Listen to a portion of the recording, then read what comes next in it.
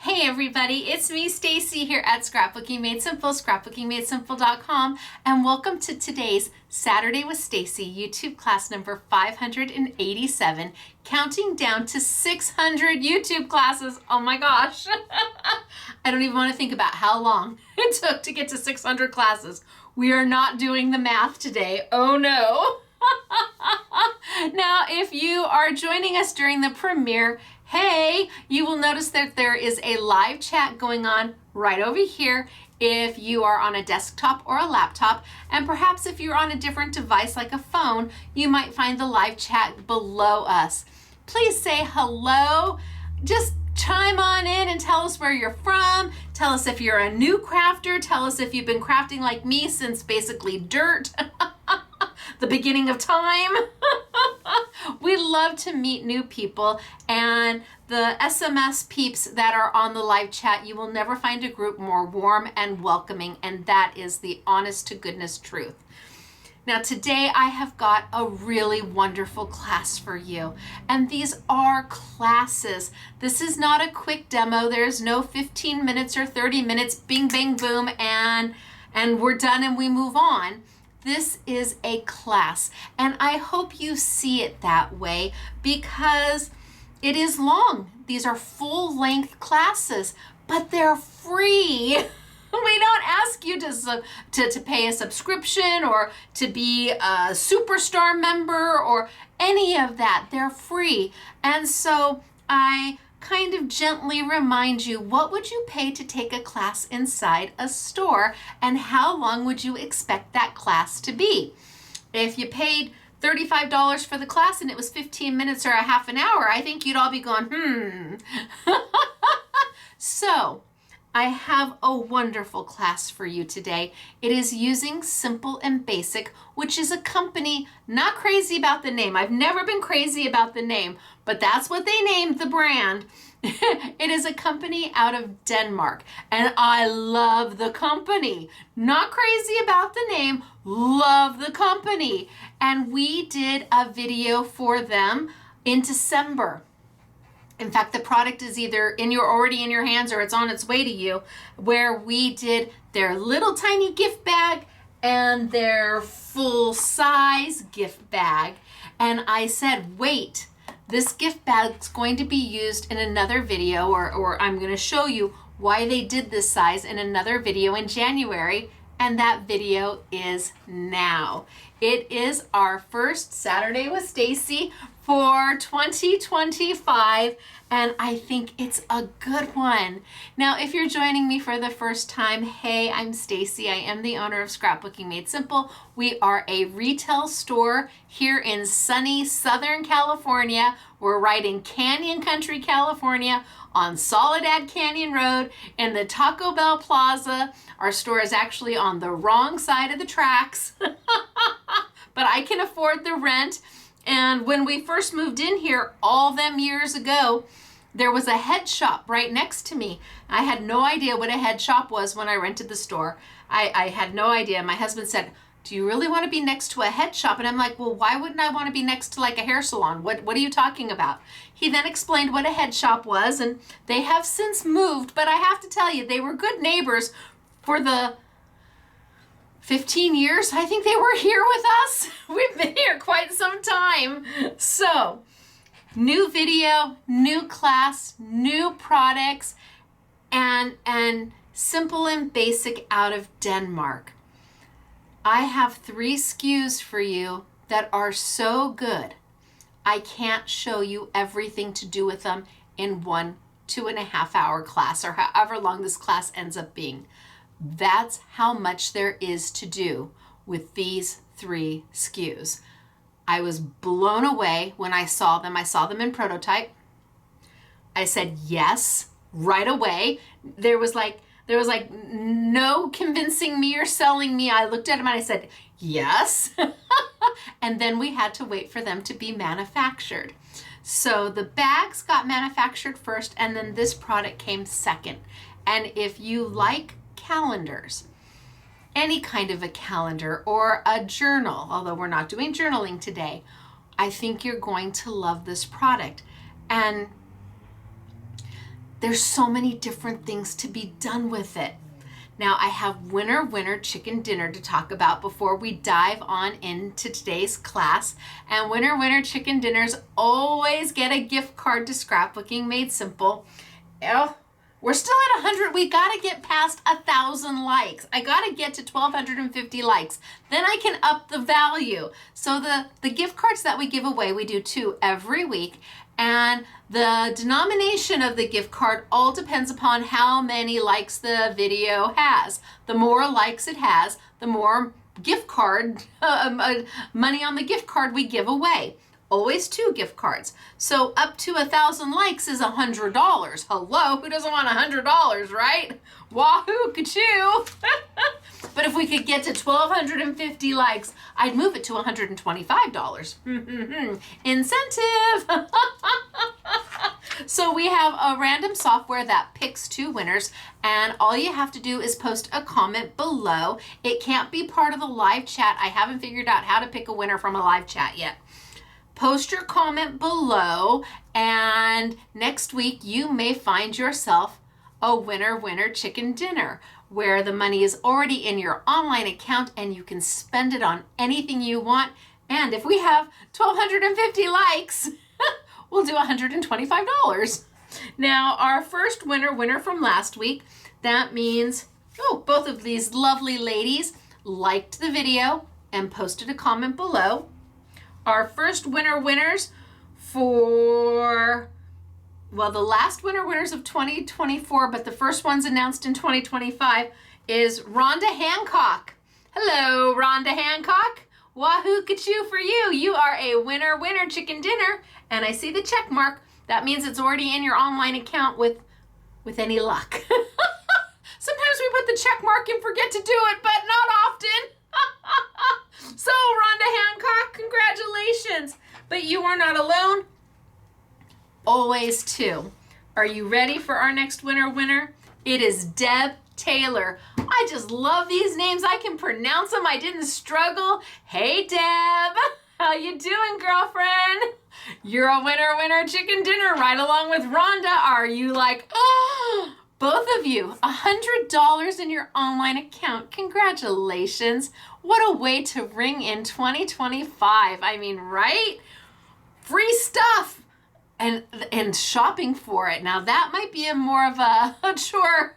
Usually people who have online, who have been winners, it takes them longer to spend it because they're so, do I want this or do I want, it's like they can pick anything they want. As opposed to when they just come on, I need adhesive or I need cardstock. They know exactly what they're going for. But each of you lovely ladies has $100 in your online account ready for you to shop for anything that makes your heart happy. And today makes my heart happy. Simple and Basic is a really great company. They are. It's Simple and Basic. It's Paper Favorites. There's a whole bunch of brands that fall under the manufacturer, and they really just do a lovely job in designing their dies. They're thoughtful, and again, when I saw this set, and it wasn't sold as a set, I made it a set. When I saw it, I just knew we had to have it. So I'm going to tilt down. I'm going to get started for today. I'm going to show you a few samples and then we'll dive right on in. I'm going to start with one product and talk to you about it a little bit and do some creativity with it. Then I'm going to move to the next product, and then I'm going to move to the last product. And it's not necessarily going to make total sense until we get it all together, but I do think I will show you the 3 SKUs. I think I will show you. And that way when I work with each one of them individually, then we can build something at the end. So at least that's my hope. I can tell you I've got beautiful finished samples for you that I can tell you. So I'm really gonna work on what the set can do, what each item can do in the set versus making something pretty. I've got pretties over here to show you. I want to teach you. So I'm going to tilt on down. Let's get started for today. It's good to see everybody. Down we go. Let me zoom on in. And down a little bit more. I'm my own camera person. You know, wait. I think I'm going to make you post something for this week's winner chicken dinner. I think I'm going to make you post something. I don't generally do that. I leave it up to you. I'm thinking, I haven't decided if I'm going to stay in Mr. SMS's office to do my Saturday with Stacey classes and move everything else over into my new little studio area. I have a little, let's be clear, when I say studio, it's IKEA Billy bookshelves in the back. They were $69.99. We bought 4 of them, sandwiched them together, and poof, I'm still on a 6-foot craft table back there, but that's okay, the backdrop's different. So should I go move everything back there and do everything out of there? I would move my kaleidoscopes with me. I would just take all my stuff and move it all back there. Or should I stay up here in Mr. SMS's office for my Saturday with Stacey's and do everything else back there? I can't decide. See, I use that for some of my Sizzix stuff. When I am doing, like in the studio with Stacey, we'll be back there. Now, that's for Royal Talons and for Sizzix and a few other manufacturers. But what do you think? Should I just hightail it back there, move all my stuff, just keep it all in one place? Again, I would have to take my kaleidoscopes and they would be put into my backdrop because every time I look up, I can see them and they just give me comfort. So you tell me, vote. I don't know that I'll whatever wins, I'm not sure that I'll follow it, but I'd like to hear your opinion. You matter to me. What do y'all think? I've been in this room for a long time. Is it time to move and give Mr. SMS his office? Well, I mean, I literally get 6 feet in here, so. All right, that's what you have to post for a chance to be a winner chicken dinner. Now I'm gonna tilt on down. Thought maybe I should just ask you because I can't decide. Do I move? Do I stay? That's a song. Do I stay or do I go now? All right, what do we think? Am I good? Am I in? Maybe too close? All right, well, I'll know once I show you a sample. Look at how cute is this, right? This is some of the product we're gonna be playing with today. The die, the stamp. Now this has been decorated up for Easter, which happens to fall this year on my son's birthday. The stamp, the die, it's just yummy. Then I have May. And look at how pretty is this. Again, the stamp, the dies, the numbers, the months, the calendar, everything. We have everything. And then here, look at November. Isn't that cute? Love this, right? But there's so many different things to do with this set. And you may just love one part of the set. So let me show you. First off, I have a stencil. It is simple and basic. It's a single layer stencil. And I just want to make sure that I've got the size. I believe it's an A5 size. I'm pretty sure it's A5, which means half of this would be an A6, which is the size of Sizzix card bases, but a single layer stencil that can be used this way, it can be used this way. Then I have a stamp set, and the stamp set has all of your months. It has all of your dates. You can make any year you want just by putting 2025 together. It has got some blocking stamps. It's got a word invitation, just in case, but you've got all your numbers, all your months, the word invitation, and some solid blocking stamps. And then I have the die. Now the die has an outer die that is a perfect A6 size. this outer die is perfectly A6. And then I have the inner, and then I have the blocks, I have a title, I have little icons, but the three of these truly make magic together. However, they're pretty rock star all on their own. And I thought I would start now again, and all of these work with the bag that I did in December. Remember, I did these, and this is the bag. It is a full-size bag. It is a usable bag. It's amazing. And I did it with the indigo blue paper. Oh, swoon. Yes, please. So we did this one. I've put it back on sale for you. We did this one in December. So if you want to know how to do it, you're going to go back and watch. Simple bag. Remember, fold forward.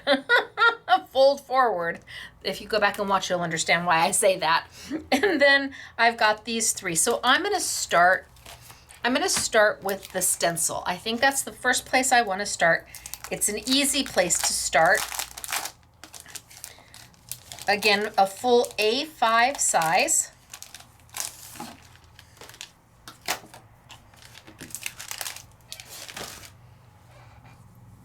And I am going to stencil with it. I'm going to keep it, I'm going to do what is expected of it first before I do what's not expected of it.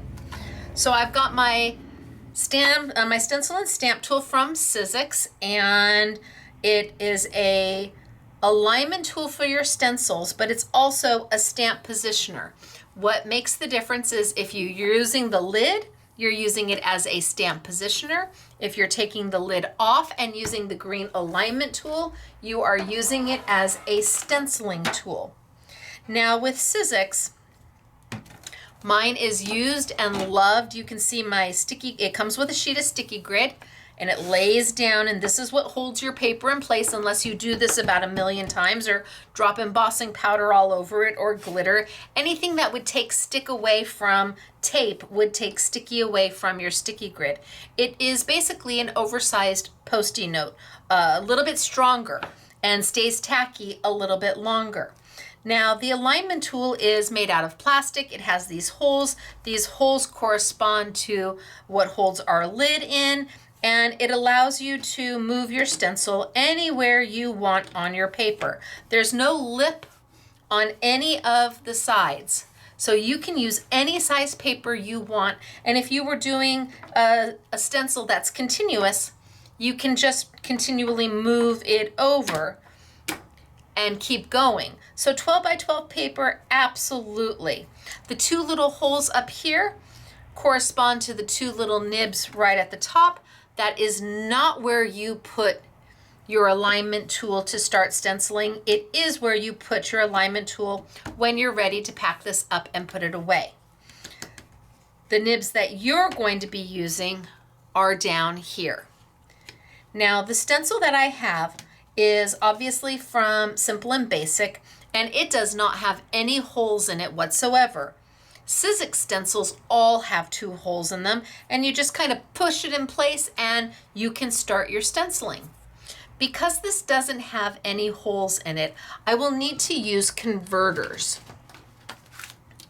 So Sizzix sells converters. You get 10 to a pack. They retail for $5.99. And it will add holes to your stencil without putting a hole in your stencil. I don't want you to go get a hole punch and try to measure it just right so you can punch a hole. These little nibs, they're kind of angled, or no, I think they're angled up and out. I think it's up and out so that they're a little wider at the top, a little narrower at the bottom. There's a whole thing to these little nibs. The best thing I can do is tell you to get the converters. Each converter has the 2 holes that you're going to need, and it has a strip of adhesive. So right now the liner is on the strip. The minute I pull that liner off, it's sticky. Now, do you have to buy one converter for every single stencil you own? Well, Sizzix would absolutely love you if you did that, but no, you don't. The converters will pop on and off the stencils, and once it's not sticky anymore, grab your Stacey tape, just put another row of Stickum on it, another piece of double-sided tape, and you're good to go. So I have taken what was my blending mat from Woodware, and this is now my converter holder because the one thing that doesn't stick, the stencil material doesn't stick to this stencil material. So I can take them on and off and on and off and use them again and again. And when I need to store them, I don't have to worry about putting a piece of liner over the sticky. I just put them right on here, put it down, and it's good to go. So I can pull them off at any time to use them. I'm going to put it right across the top. Now, because this is a single layer stencil, I'm not trying to align it to anything. I just need to put it across the top. See how it holds? Now I've got my two little holes to fit in my nibs, but when I'm ready to take it off, bam, and when I'm ready to put it away, hello. And again, this is half of my Woodware blending mat. Now I'm using my little throwaway mat. I love my little throwaway mats. This is half of a Woodware, what they call blending mat, and it just fits perfect. They just work. So let's go ahead and let's put it back on.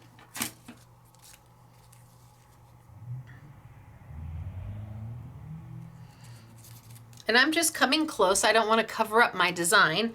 And then I can pop it down in place. And then I can take my paper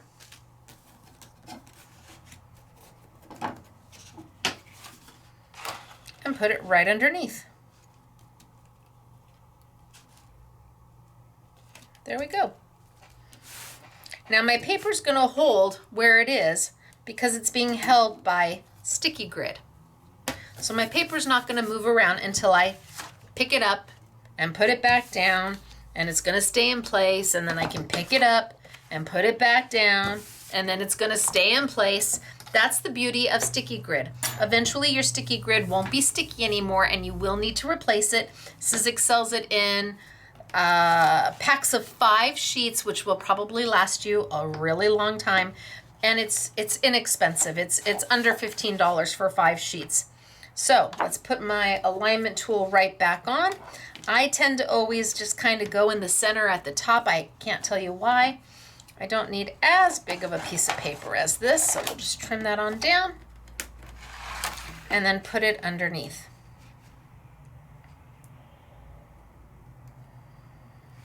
Okay, now I'm ready to stencil. This alignment tool is going to let me pick up my stencil and look at what I've done and put it back down and keep stenciling and pick it up. What it's not going to do is keep it from buckling. It's an alignment tool, not I'm going to sit down and I'm going to stay exactly where you put me. You are going to have to keep your fingers on your stencil. Let's take, how about some of my blue, and I'm going to grab my little throwaway palette here. Love the little throwaway palette. We had them on sale last week. Really great. You get 20 sheets. You could use one sheet for, I can't tell you how long. It was really, I really liked it. So I'm going to grab my Blueberry Pie. This is one of my brand new colors of Stacey Park Jacquard Premium Dye-Based Inks. Grab my little blending brush, put some ink on, and then I can tap it off. Maybe I don't want it as strong. And then I can come in and I can start stenciling. And I'm just going to go super light.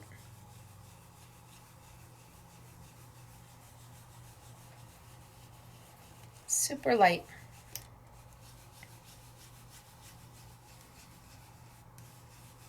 So my inks are highly saturated. Highly saturated. They're water reactive. They stay wet long enough for you to add embossing powder. They blend and they don't make mud. That's probably what they're best known for, is not making mud. Pull up some more color, and I'm just pulling the color literally right off my little palette here.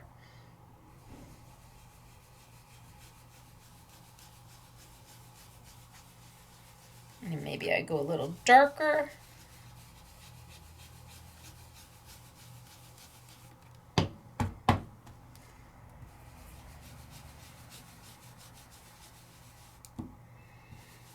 I'm using my,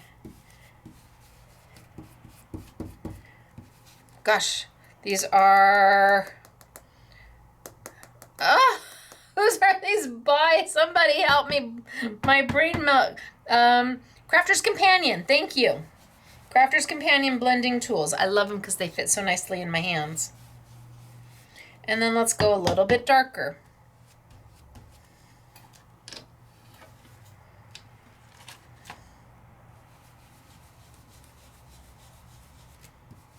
So I got to keep my hands on it. But the beautiful thing is I can lift it up and look and see what I'm doing. I can see exactly what I'm doing, and then I can put it down and I can say, oh, I know I want this darker. Ooh, I did that darker. I went straight to it.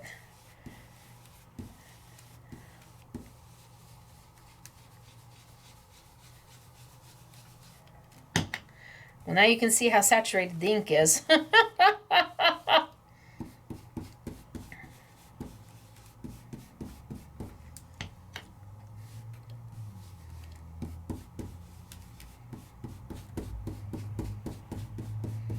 I'm going to just lighten it up as I go up.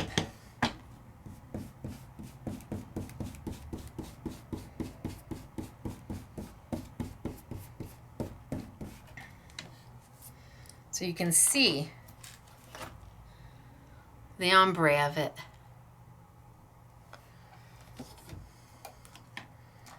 And I think I'll do a couple of these real fast. I'm just going to go a little bit darker,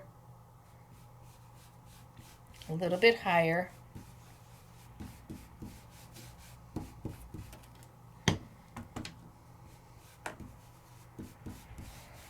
Just so it has a little bit more of an ombre to it. I can lift up. That's looking good. And then if I want, I can come back and go, woo, dark. Now, if I get ink on my sticky grid, is that going to be a problem?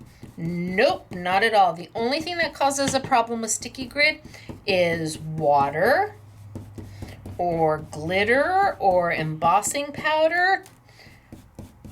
Everything else, we're good to go. All right, one done. And you can see the ombre of the color. That's one ink pad. One ink pad. Let's do another one, because I want to have a couple of these to play with. And I'll cut some of the bottom off of this one.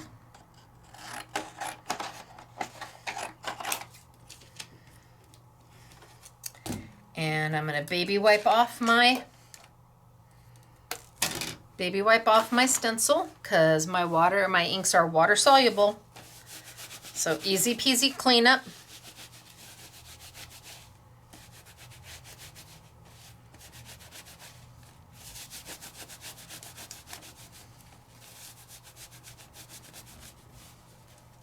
And then I could, if I wanted to, also clean my tearaway palette.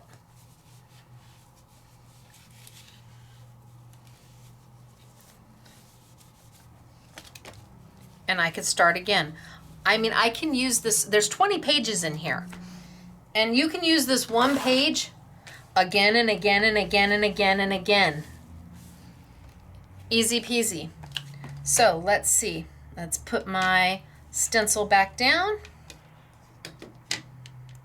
Pop it into place, and let's do another color. This time I'm just going to go way faster, and I'm not going to necessarily worry about an ombre. I just want to get some ink to the paper.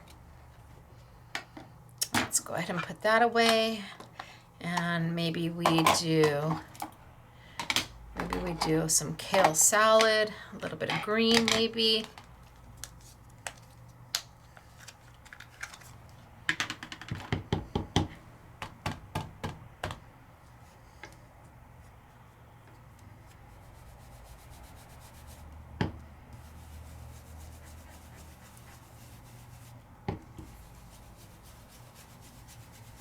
So I don't mind if there's some highs and some lows.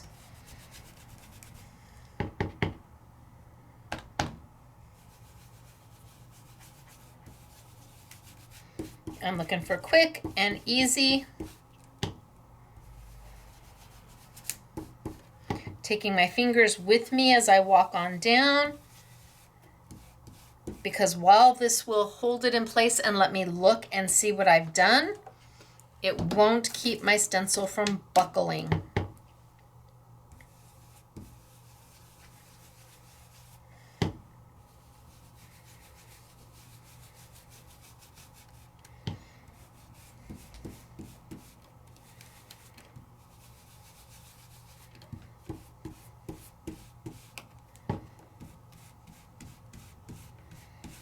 All right, I think that's good. I just want a couple that have some ink, and we'll do one more. So kale salad. So you can see how dark kale salad can be. And we'll clean my stencil real quick.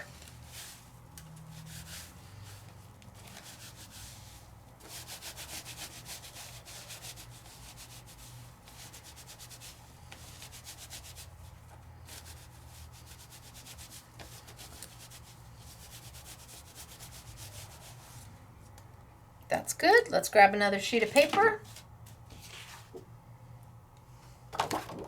Oh, this one, perfect. Cut off the bottom a little bit.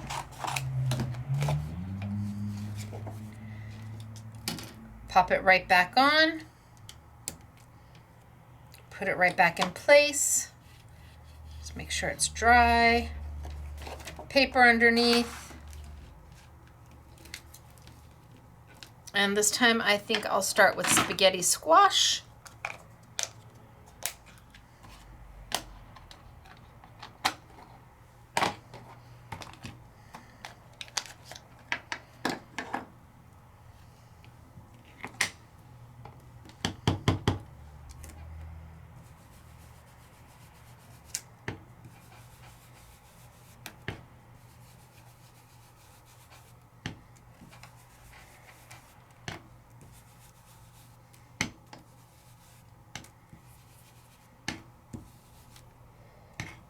And then I think I'll come in. So I've got a little bit of yellow going on there. Be great for distressing, right? Look at that. And then I think I'll come in with a little bit of tart cherry. So these are all new colors from Jacquard of my premium dye-based inks. It means I now have 24 colors and 24 re-inkers. These launched last week.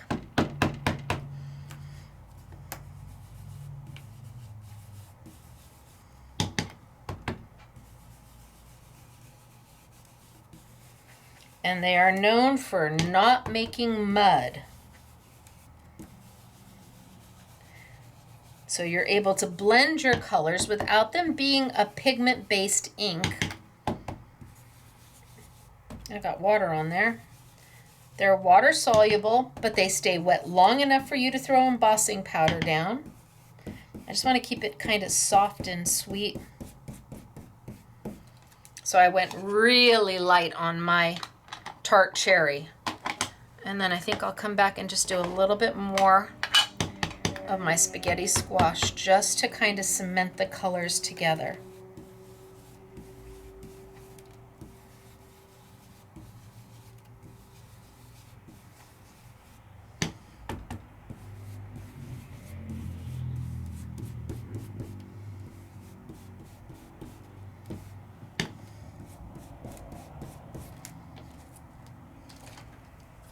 Now I got a little water there, so I'm going to have to cut that piece out.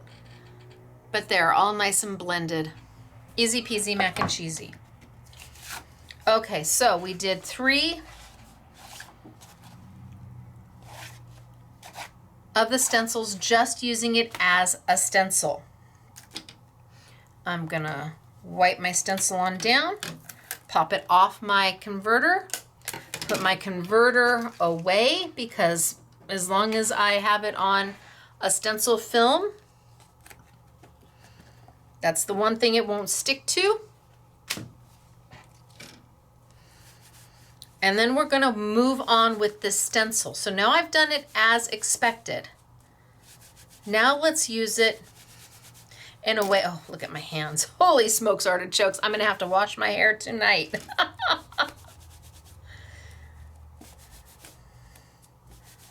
All right. So inky hands are happy hands. All right, so I'm going to put my stencil and stamp tool away.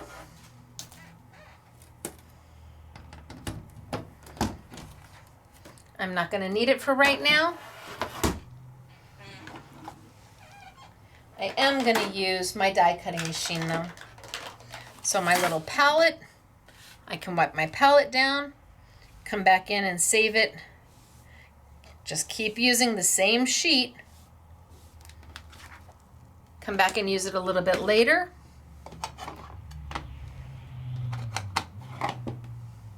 But I am going to use my die cutting machine, my Sizzix Big Shot machine. And I'm going to need my squishy and my knock knock. So while this is not an embossing folder, it does have negative space. See all this negative space? All those holes are negative space. And while it won't give you a 3D embossing, you can get a beautiful texturized look with stencils.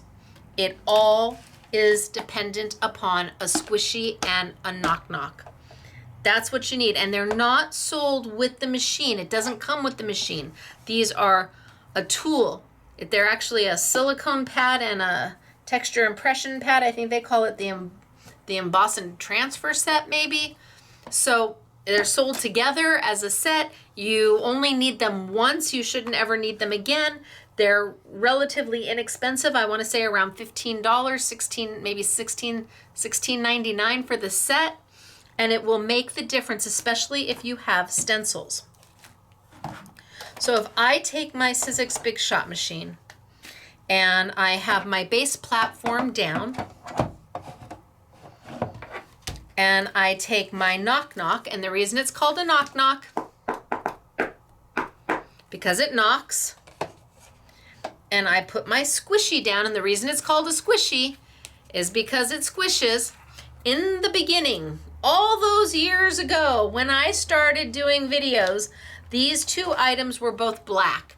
And there's one more item, there's one more tool. It's called a crease pad or a thud pad. We use it as well, and it was black. They all three were black, and they all three were about the same size. So the only way for me to explain to you which one I was using was, okay, here's the knock knock, it's black, but you can hear me knocking. And here's the squishy, it's black too, but you can see me squish it. Gosh, maybe 7 years ago, maybe. They finally changed to new colors, but the squishy and the knock knock have remained. So my base platform, my knock knock, my squishy, and then I need paper that is either white core or color core. If you use a solid core paper, you can. It will just emboss it. You won't be able to sand it. But I brought out two new papers.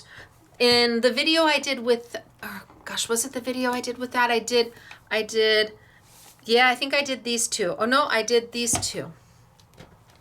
In the video I did with the bag, I did Baby Moods and Summer Breeze. These are A5 in size. You know what else is A5 in size? Hello. So we have these in stock and on sale as part of this YouTube, but if you go back and you watch the YouTube with the bag, you'll see me use them. And remember, fold forward. So I know this is called Baby Moods, but I don't know. This time we're gonna play with Soft and Delicate, and we're gonna play with Romantic Vibes. Don't know why they named them the way they did, but okay, it works for me. And let's pull some paper out.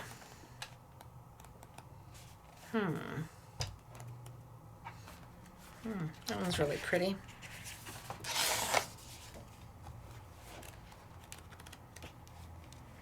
That pink or that mauve is really pretty, or do I like the mauve that's in here? That's That's really pretty. It is heavyweight cardstock. It is white core.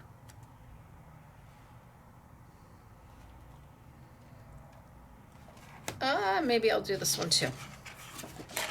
All right, that gives me 3 colors to play with. And if I picked wrong, then we'll go back and we'll do it again. So I've got my base platform, I've got my knock knock, I've got my squishy. I've got my paper. The side that I want to see on my finished project needs to be facing me. So this is double-sided paper. All of it has 2 colors, which makes it really nice for making card bases because you don't have a white on the inside. It's lovely for card bases. Love the paper. This is what I want to see. Then I put my stencil. Now this is what I want to talk to you about. My squishy is smaller than my stencil by a hair, by a chinny chin chin. It's smaller. So when I do this, I want to put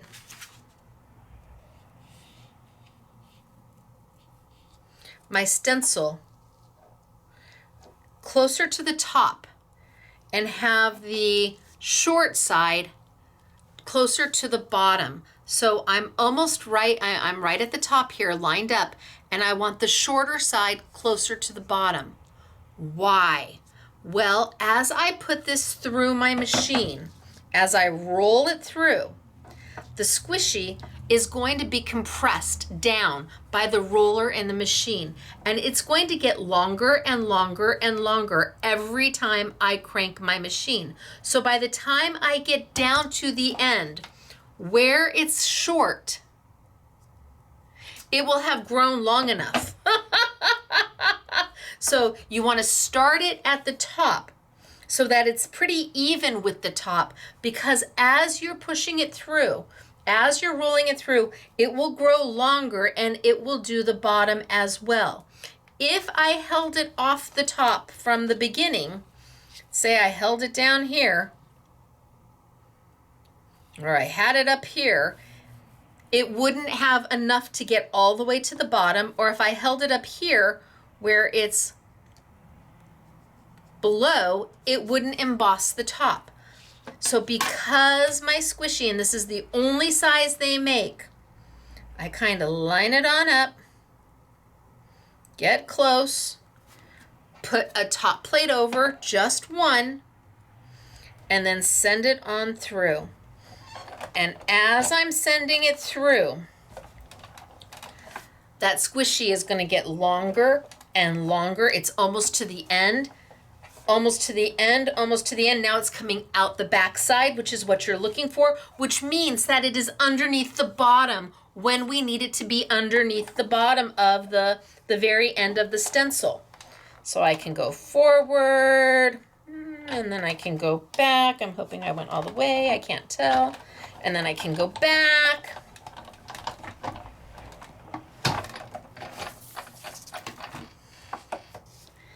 And then what I've got is the full stencil. So I've got the lines here. I've got the lines here, both sides, even though my squishy wasn't technically long enough to do that. Always keep it towards the top if you're doing a larger stencil, because as that pressure goes out, it will grow and it will do the entire stencil for you. So let's go ahead and I'm going to do the other colors really quick. Bring it back on over. Again, I'm not using my A shim. I do not need my A shim or my solo shim. This does come with your machine. This is when I'm going to be die cutting my wafer dies. I need my base platform. I need my knock knock. I need my squishy. I need the paper that I want to see face up. Gonna kind of put my squishy more towards the top. I need my stencil, and there's not a right or a wrong side of the stencil. Again, I'm going to keep that towards the top. A cut plate or a do not cut plate, it doesn't make a difference because we're not cutting anything, we're just sending it on through. And then as that pressure, oh, I feel like I'm off. As that pressure from the roller is pushing down on my sandwich, my squishy is getting longer and longer. Now it's coming out the back end. That means there's squishy underneath this end when there wasn't before.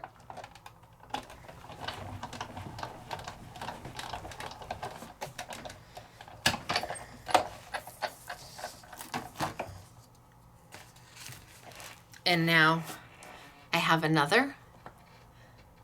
And my last one. Let's just do the last one.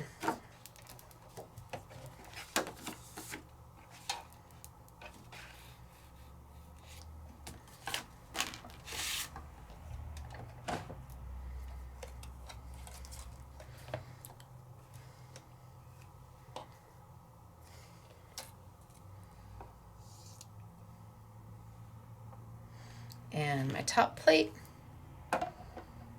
And I can hear Kevin, keeper of the secret sauce at Sizzix, telling me to square up my plates. Kevin's the mad scientist. He's the keeper of the secret sauce at Sizzix. He's the one responsible for making all the fabulous machines, for engineering them and all the amazing tools, and he is the keeper of the secret sauce, and you square up your plates, Stacey. I know. All right, so now I have 3. And all of them have, wow, this paper is heavy. All of them have a top and a bottom. Now I used white core paper and not color core paper. I could have used reveals from Sizzix, but Simple and Basic has their own paper pads. They're A5. They fit the stencil perfectly. Now it's a matter of what do I want to do with it. So I can come in and I can sand. I've got purple on this one.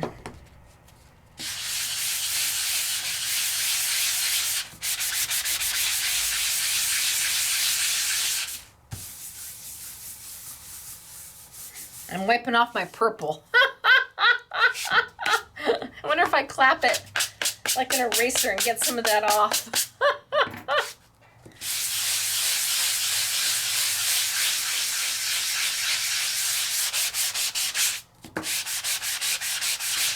So I can give it a little bit of a sanding to expose the white, or I could give it a little bit of sanding on the back side.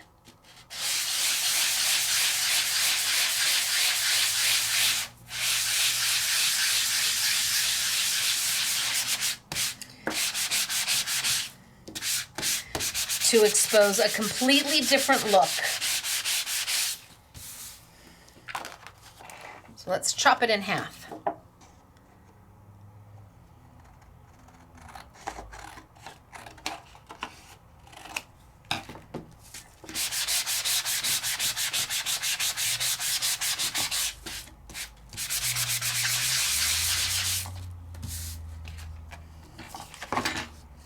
So do you like, there's the plain, sanded, or do you like the back side? You can choose, you have options. The paper's double-sided. I could have just left it plain, but you do have 2 distinctly different patterns to choose from when using this. It's wonderful, wonderful. The stencil is wonderful. It's so simple. It's such a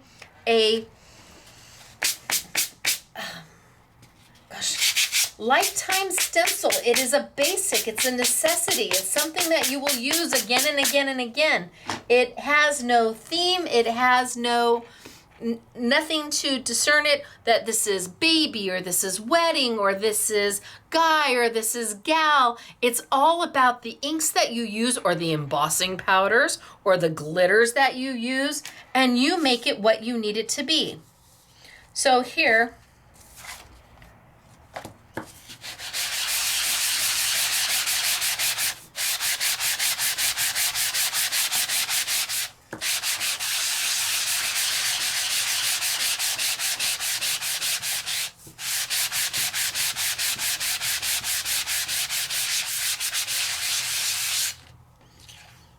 so sanded, not sanded. Or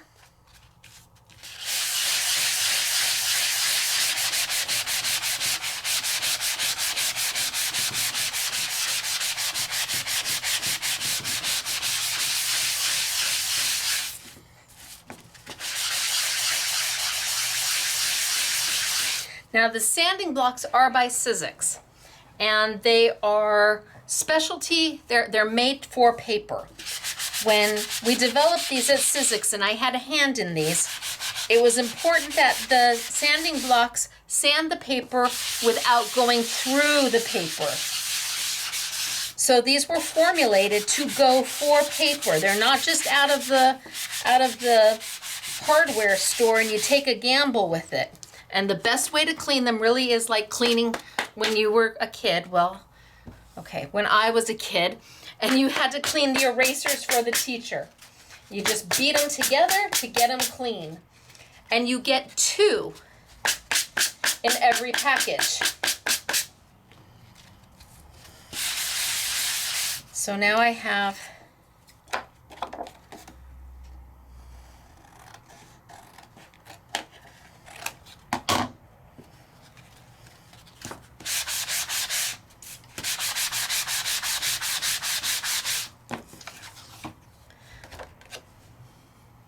sanded or sanded on the back side. 2 distinctly different looks.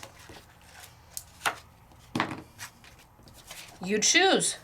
Could have left them plain. Entirely up to you. But it is nice having options. Now I might just leave this one solid for a little bit because now we've done a few things with our stencil. We have gone ahead and done a few stencils. See, I got water on there. That's going to bother me.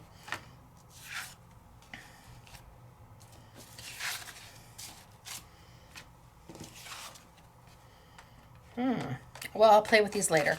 But we've done a few things with our stencil. We have embossed it, sent it through our Big Shot machine to get that texture. It is not going to be like a 3D embossing folder. It is a very mild texture, which means that when you go to die cut it, it's not going to flatten anything because there's nothing to flatten. It's already pretty darn flat. So let's put these off to the side. And let's take the die and let's use the die for a little bit.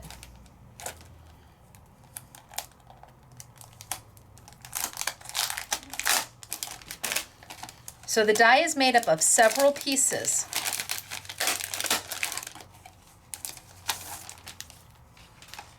You've got a frame.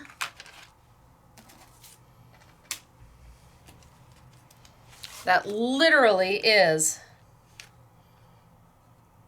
A6 in size. So A5 split in half is an A6. I mean, it's like a perfect A6. Then you've got the main die. So this will add a mat to the main die. What I want you to notice is that the main die has this ridge right here, and it feels kind of sharp. It's a perforating ridge. And then it has a little hole. Then we have the block die. We have a frame die. And we have little icons to go with. So I'm going to start with my, now where did I put those? I put those on my gotcha tool. So Sizzix, we redid my original gotcha tool that was made years ago. And that's what a gotcha tool does. It is about 4 by 4 in size, but it doesn't just have to hold small dies. Oh no, it will hold the largest of dies, absolutely, and it will hold many of them. All you gotta do is pick them up. And the nice thing about it is if a die gets hidden underneath your paper or in your trash bin, I'm right now about 2.5 inches away from it. It will find it underneath your paper. It will find it underneath in your trash bin, and it will hold right on your making space so you don't lose anything. Now I'm going to start with my perforated die.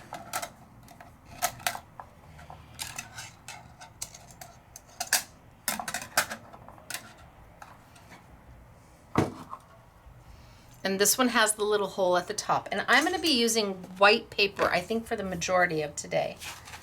I think I'm going to be using white paper for the majority of today. We'll see.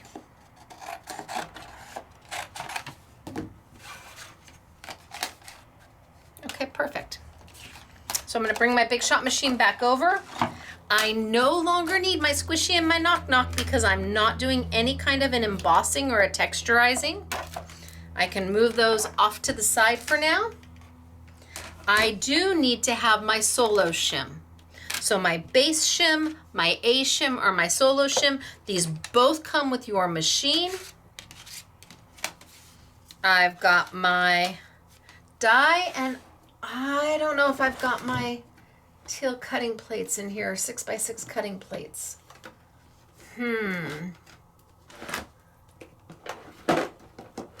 I do, if I can get them out. So I might use 6x6 cutting plates.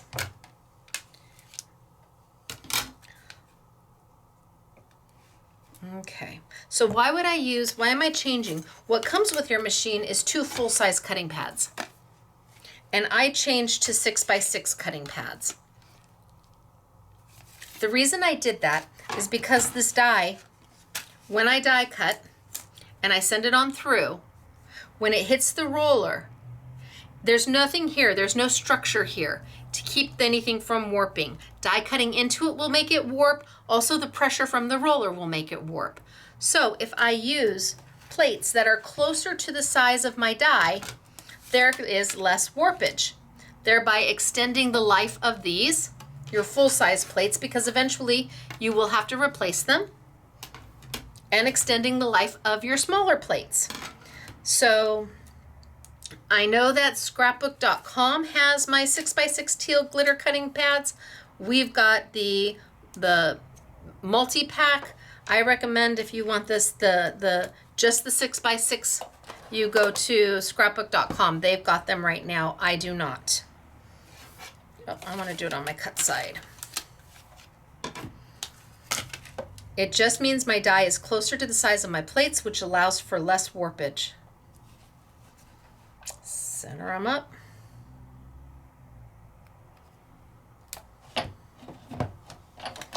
And feed it on through.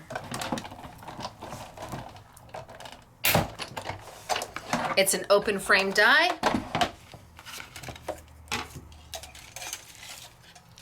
One roll, the little hole, and there is a perforation right across the top. Let's do it again. I'm just going to do a wash, rinse, and repeat.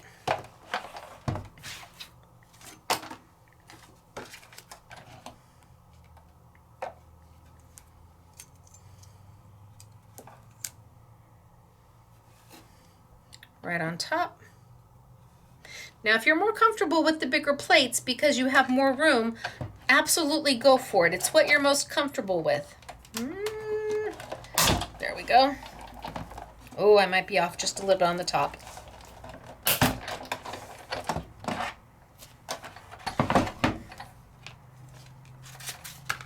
Oh, by the hair of a chinny chin chin. Sometimes that's all you need. So now I've got 2. Let's do a few more. This time I will take some pattern or some colored paper. We'll do this one.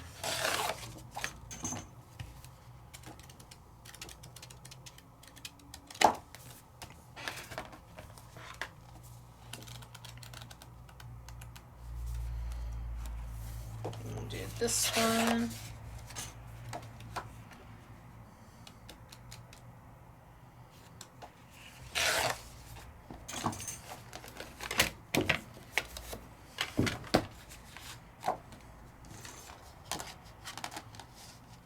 Going to cut it in half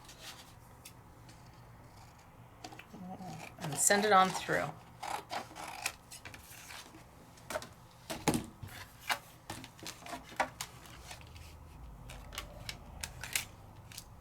See if I can get it at just a little bit of an angle so I don't hear so much of a ka-thump. The reason I'm getting that cracking sound is because I am feeding it through parallel to the roller. We'll see if I can get this done. This is a tight fit to move. Oh, see, I moved it right on off. But we'll see.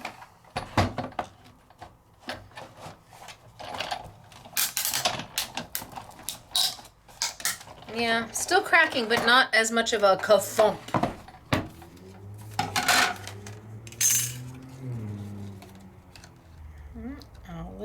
Bit, not enough pressure right there, and not enough pressure on the 2 corners. All right, shoop, and shoop. All right, there's one more. And let's just, I want to have a couple of these to play with.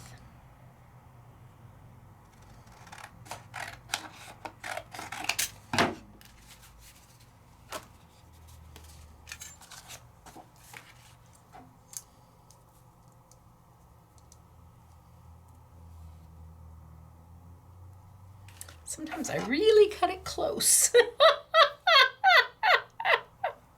Sometimes I'm like, oh, Stacey.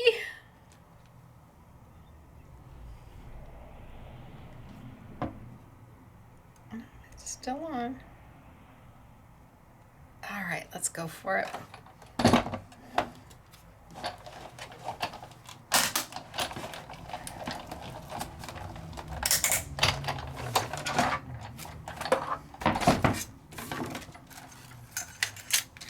Perfect.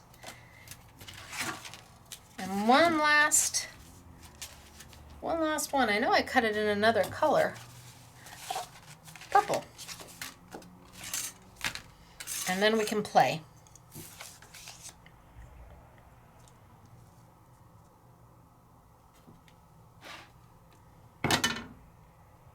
And again, I'm just trying to reduce the warpage and extend the life of my plates by using a cutting pad that is close to the size of my die. Now my Stacey Park Sizzix teal glitter cutting pads are limited edition, and when they're gone, they're gone. I recommend 2 sets.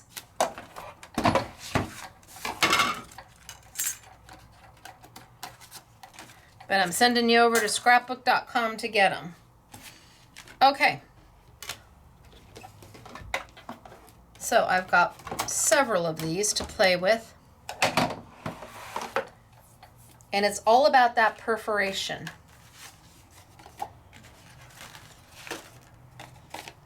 Zoop.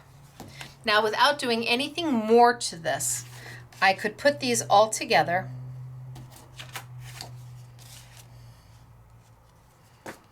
They've got the little hole in the top that I can put them together with, but that perforation is perfect. It allows you to fold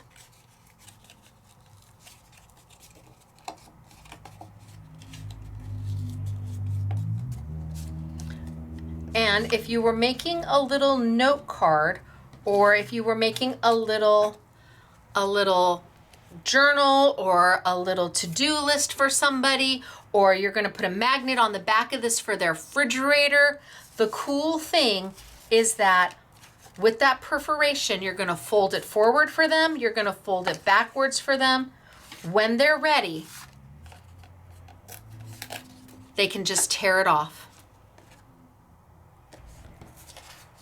Easy peasy. So if you have a dozen of these together, one for each month, and you have January with a to-do list, when they're done with January, I suppose they could do it themselves also. They can go to the perforation and fold forward, fold back. Well, I would have it pre-done. I would probably pre-do them. Put them all together. And when they're ready, all they have to do is tear it off. It's so clever to have that perforation on the top. It really is so clever. Now I'm going to keep these. And I'm going to keep this one. And I've got my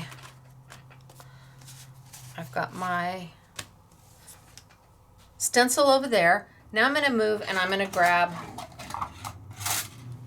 the next die. And I have this paper left. And look at it, it fits perfect. I'm going to cut a bunch of these. And I'll do some out of black this time as well.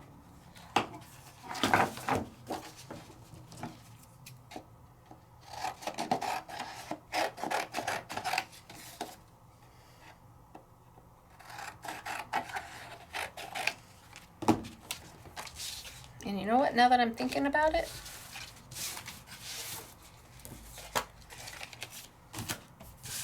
I think I'm going to cut my main die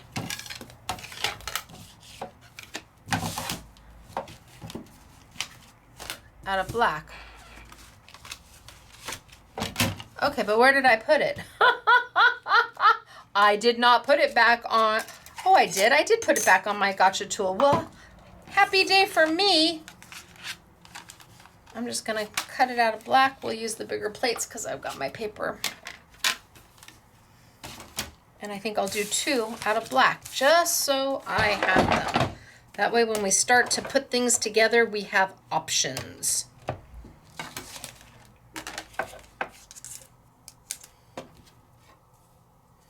You think I can get 2 if I go this way? No.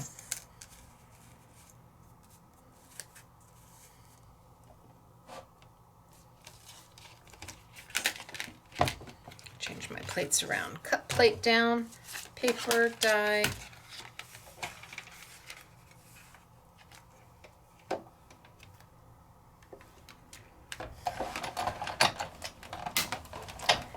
And let's just get 2 of them through. 1.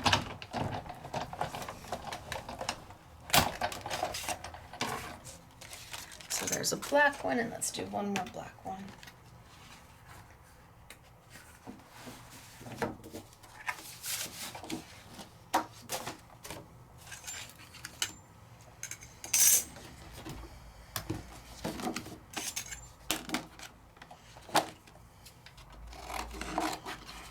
This time I'll be a little more thoughtful with my paper.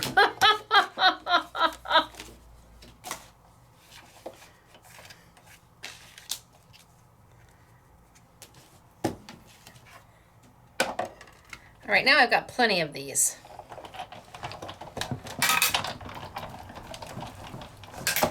Done.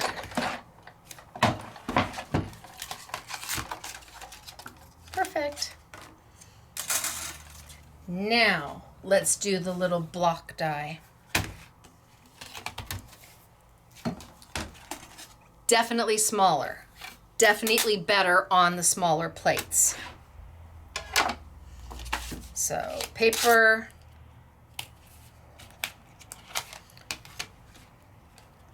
Plate, paper, die. And then top plate. Now these don't need a precision base plate.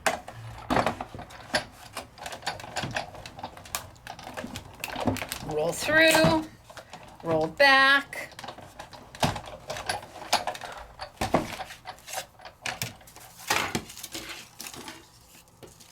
And bam. Now you'll see on some of the samples, we've saved some of these and paper pieced them back in. I'm not going to do that today. So I've got one,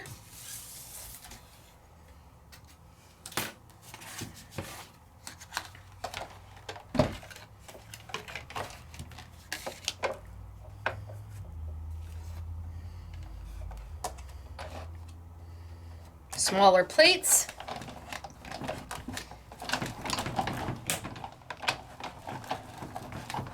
more structure because the die is smaller, so there's less open area where it can cause warpage because there's no structure there to keep the plates together.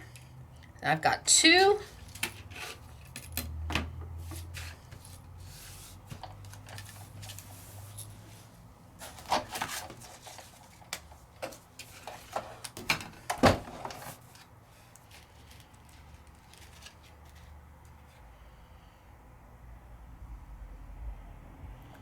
I was thinking, do I want the dark color? Well, we're gonna just go.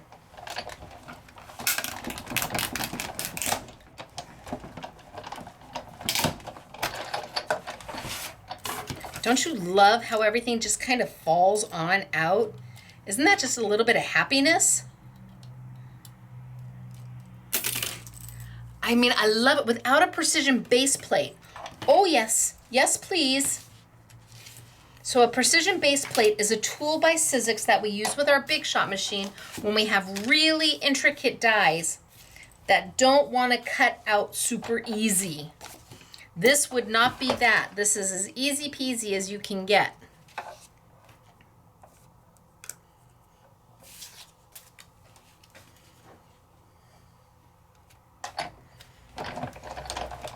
And then I'll do a white one, and I think we'll have some to play with.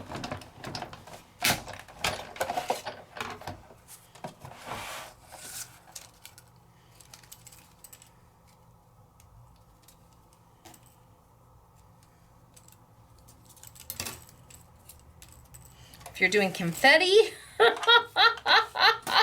or you can make little card sets out of these, or little dominoes. Let's see, do I have a piece of white paper over here that might work? This one might work.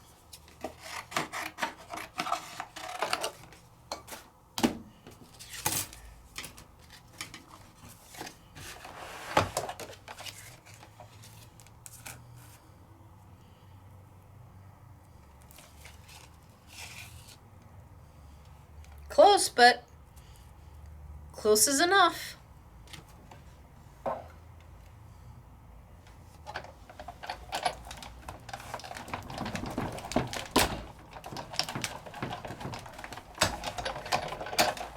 All right.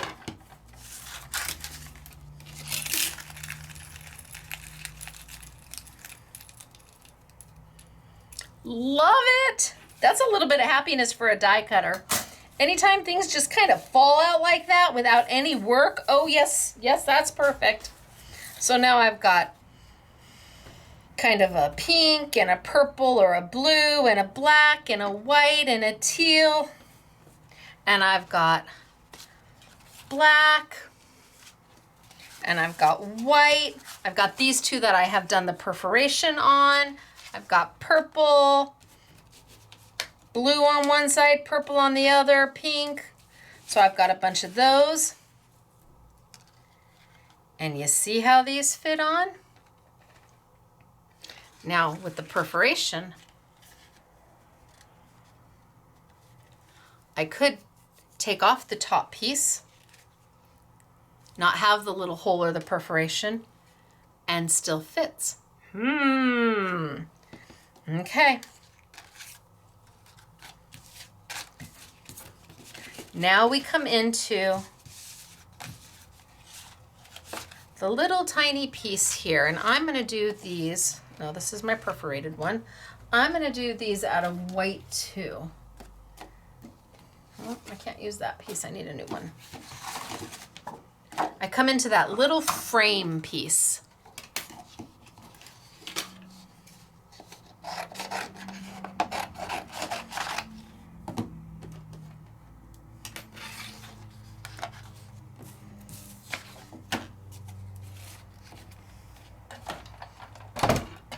And again, a smaller die. I'm just going to put it on.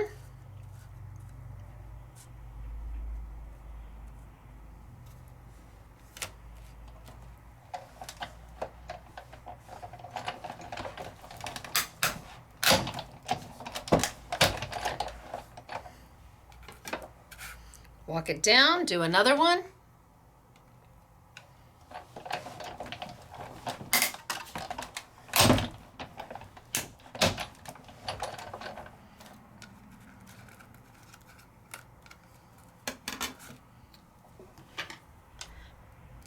Pop this one out.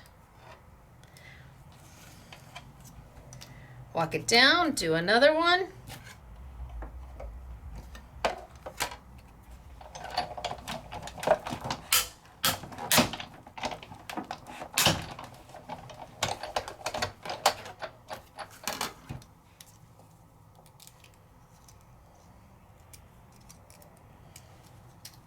And I'll do one more.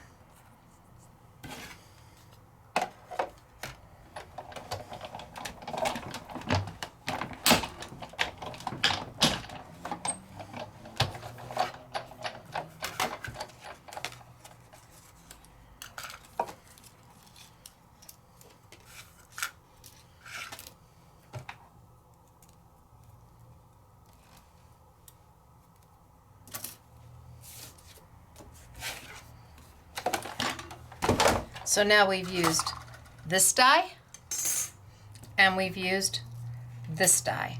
This one gave us the little piece with the hole in the perforation, and this one gave us a frame and a center. You think that fits perfectly across the top? Maybe. We've used this one here to get our blocks. So there, translates to here, here, and here. And we're starting to build. Now don't forget, underneath here, I still have stenciling that I've done that I can use. So if I took that stenciling out and I cut it,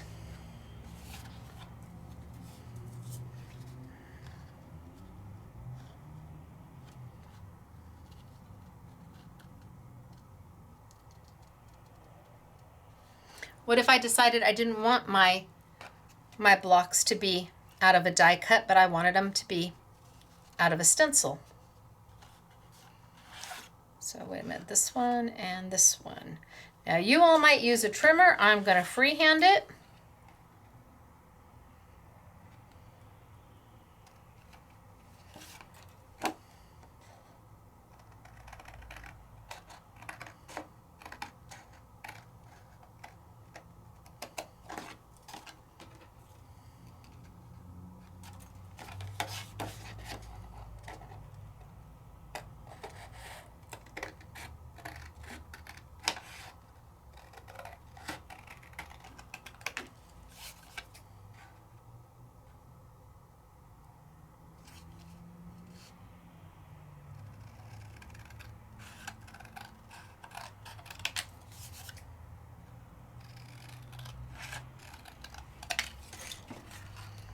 And now what if I wanted that to go there as opposed to, actually it'd be this way, as opposed to that?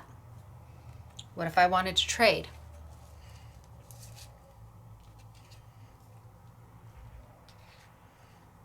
I could take that and layer it over the top if I wanted. But what if I just want the stencil? And what if I want the stencil backed on something?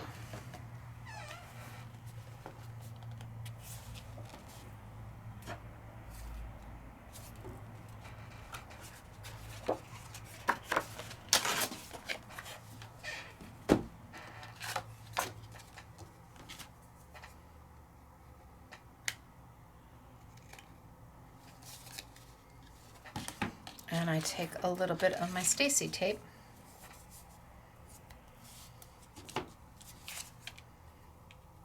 You would do a much better job of taping down than I will.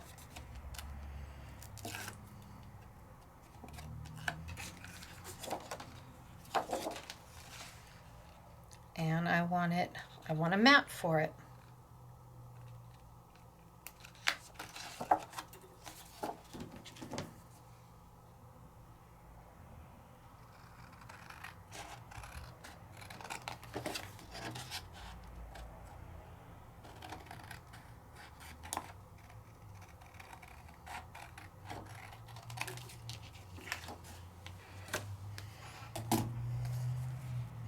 Now I've got my stencil.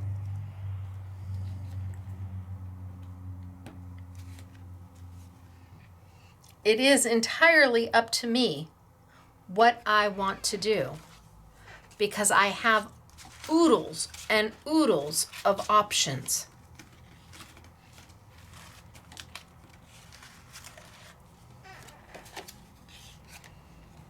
Take that on there. I've got my blue stencil here. Isn't that beautiful? Do I have, what blue do I have? Did I do a blue?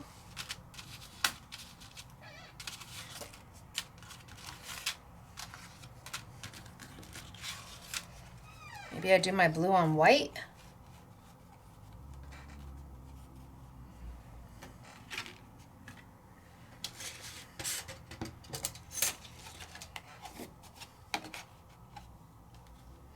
Now, I don't want to cut it out because I want that stencil. I'm just looking to see where my lines start and stop.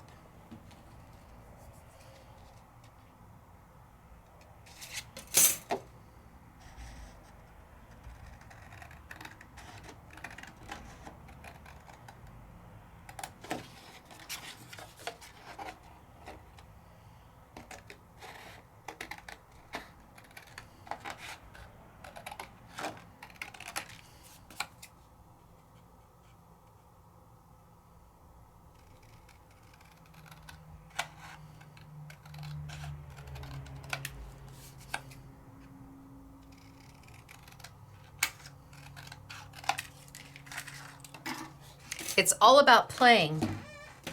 So now I've got that.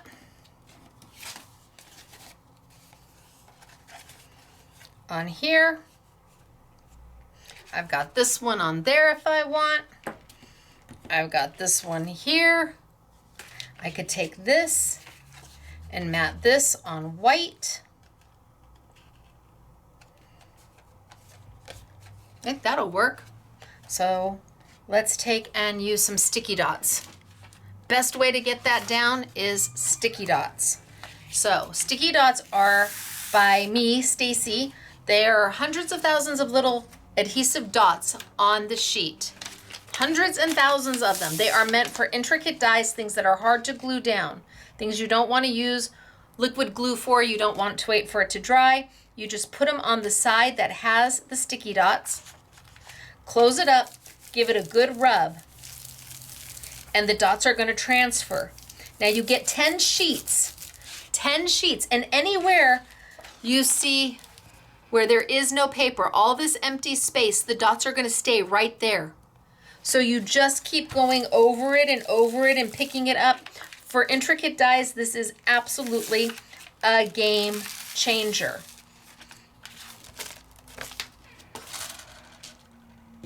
Put it right on down. Oh, this is my non-intricate one.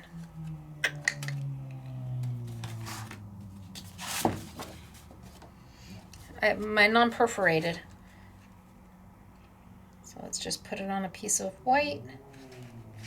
That way if I decide to use my non-perforated mat, I can.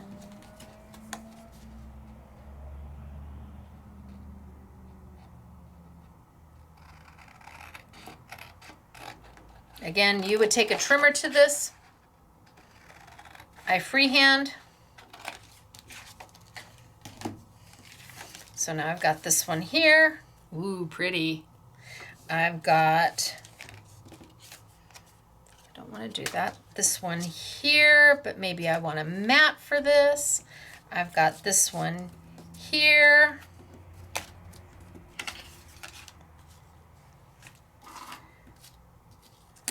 Let's see what I can, this guy can throw away. These I need to save.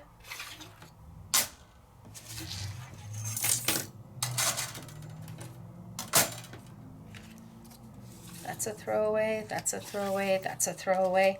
And I think I want a mat for this as well.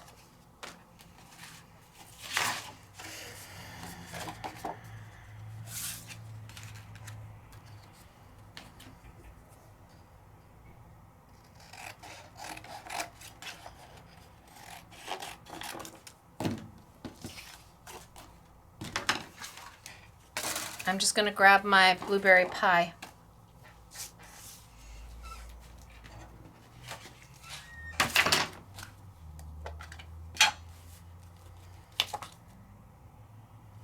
I don't want to get it on these just in case.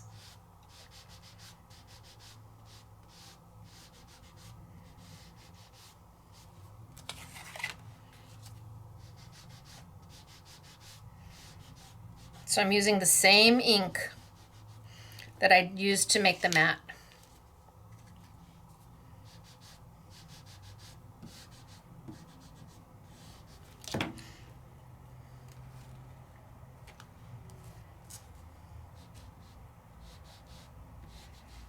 Now doing this uses your ink up really quickly. Whether you're using a felt pad or a foam pad, it will go through your ink fairly quickly.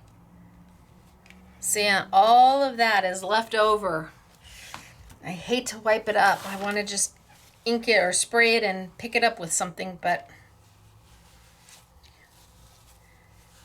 all of that is just extra ink.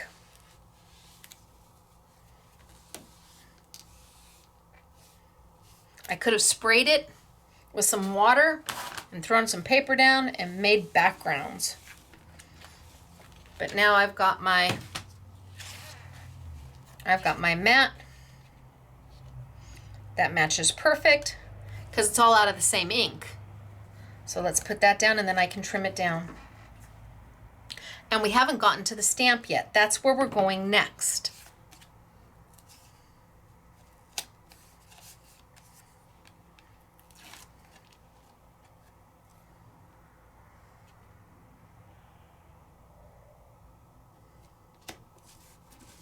And now I'm just going to trim it down.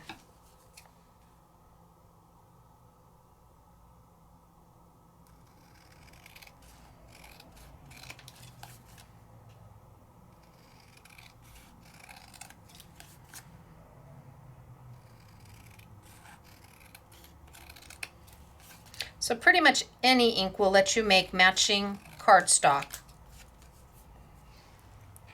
Pretty. Just know that by taking it direct to paper, regardless if it is a felt pad, which is what my inks are done on, felt, versus a foam pad, either way, it's going to run through your inks a little bit faster than you might expect. But if you're not doing it all that often, oh, Stacey, I got water in there. Okay, just put them aside. Put it aside. Pay no attention to the water that you see. It will be fine. You have all of these to play with. You have oodles to play with. Tons.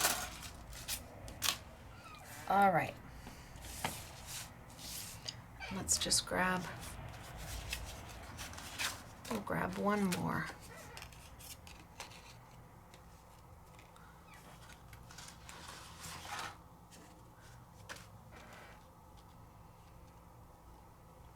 Maybe we just put it right down.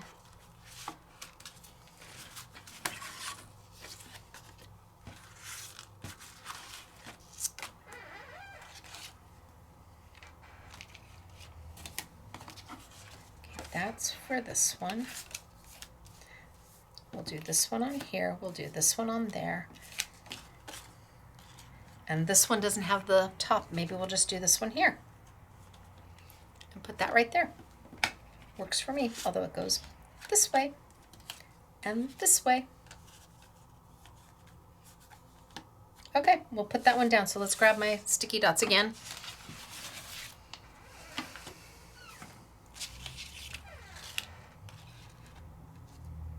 Black? No, right?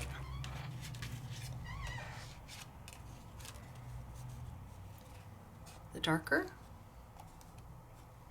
or the white? We'll do the white.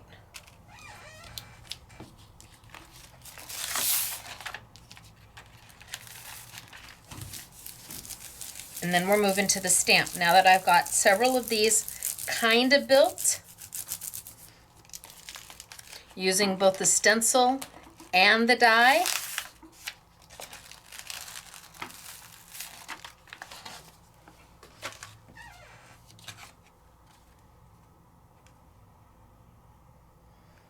and the die does have a correct orientation. The boxes need to be elongated. They need to be vertical, not elongated horizontal. Although you could, I suppose, but they're meant to go vertical. So 1, 2, 3, and 4.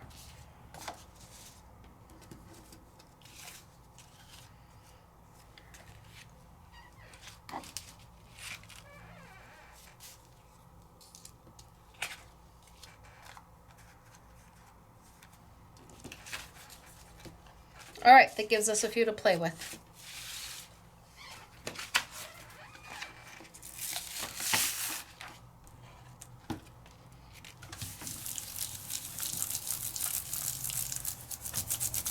Now we move to the stamp, and the stamp has its own purpose and its own usefulness.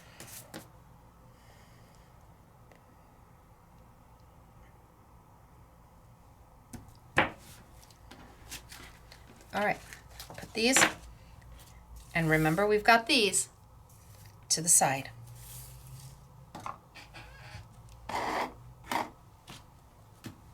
Now let's look at the stamp. So far we have done, so far we've done the stencil, where we inked it and we sanded it.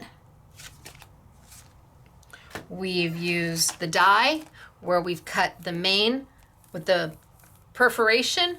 We've cut the blocks, we've cut the frame. Now we move on to the stamp. And the stamp gives you everything you're going to need to make your calendars. So let's just grab a piece of paper, and I'm going to stamp some of what's on here. Now the stamps are small. They're small enough that on your stencil and stamp tool, you can, absolutely, but they're small enough that a block set may also be easier for you. Grab your gush pad and grab, if you have a block set. If you don't, grab one of your smaller plates from Sizzix, your cutting plates, those will work. But the stamps are pretty small so that you can use just a block, and it seems much easier, much faster. I have got all the months: January, February, March, April, May, June, July, August, September, October, November, December. I have got all the numbers 1 through 31. So you don't have to get 31, you don't have to do a 3 and a 1. There is a 31. To get the year, if you want, you will have to do 2025. Gosh, is there a 0? I don't know that there's a 0 now that I'm looking at it. Maybe you don't do the year. They should have added a 0. Oh, well, of course. Wait a minute. You used the 20. Stacey, 20 and then the 25. I had to think about that for a second. Okay, everybody else who was typing in Stacey just used the 20 and the 25. There you go. 20 and the 26 for next year, 20 and the 27 for the year after, 20 and 28, 20, 29, 20, 30, 20, 31. Okay, at that point in 2031, you would then have to use 20 and a 3 and a 2.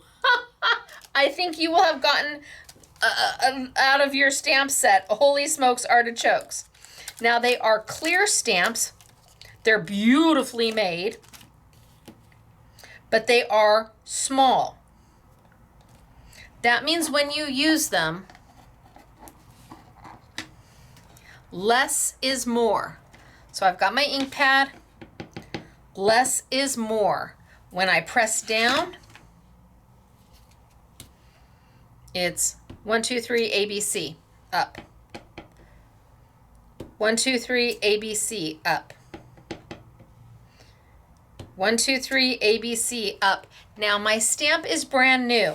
So every time I stamp, it's going to get a little bit better and a little bit better and a little bit better until I have stamped off the film that is on the stamp. So that's all I'm doing right now is just stamping off, and every time I do it, the image is going to get a little bit better.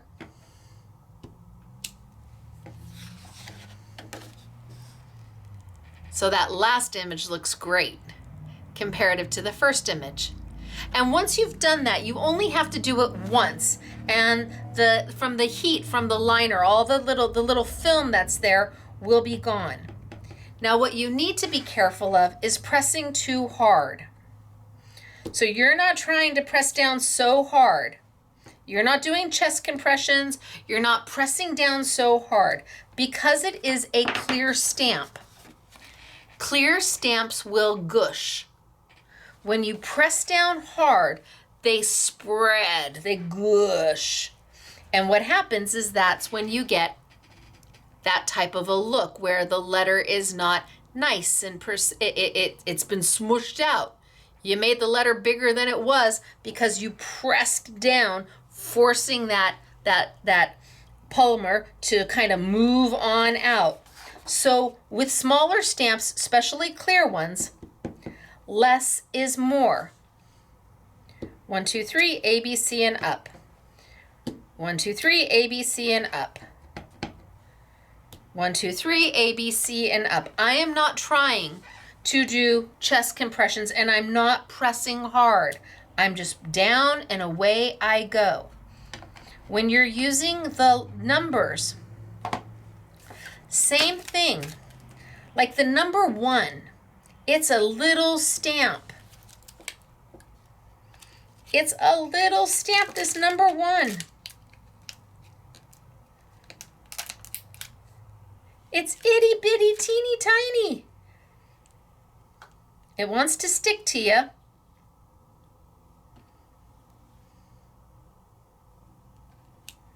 But once you got it on your block, you can kind of straighten it around. You got grid. If you've got any grids on your block, you can line it up. But this little, it's a little tiny one.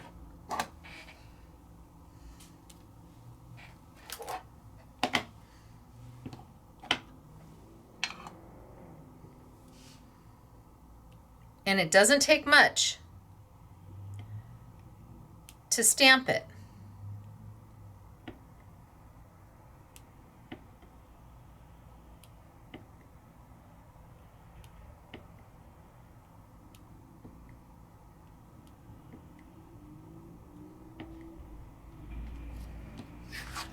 Doesn't take much to stamp it. But if you press too hard,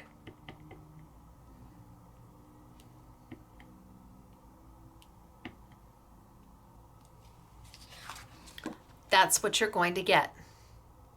That's pressing too hard. If that is what's happening, you need to lighten that touch up. Just think more like, oh, I don't know, think more like pillows. Down pillows, fluffy pillows. Think clouds, think whipped cream, think light, think airy, think meringue. That's what you want to stamp like. Easy peasy. You're not going to press too hard. Hard will give you a result that you're not happy with. And if you see that, that is your telltale sign. You're pressing too hard. Slow your roll, which is why I think blocks for these are a little bit better than a stamp positioner. A stamp positioner, you can't always feel how hard you're pressing. A block, ooh, I just took my stamp off. A block, you know right away. You can feel the pressure that you're doing. And that one is a little tiny one.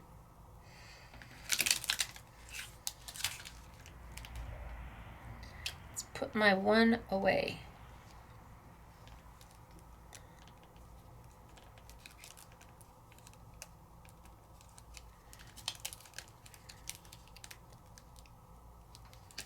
Come on, in you go.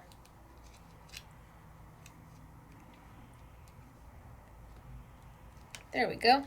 Now let's grab a 26. A 26 is much bigger. 26, much bigger. And I can feel what I'm doing with my block.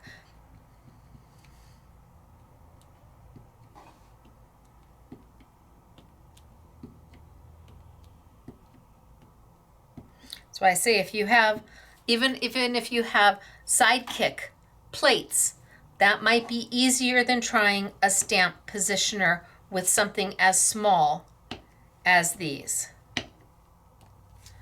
I can feel how hard I'm pushing.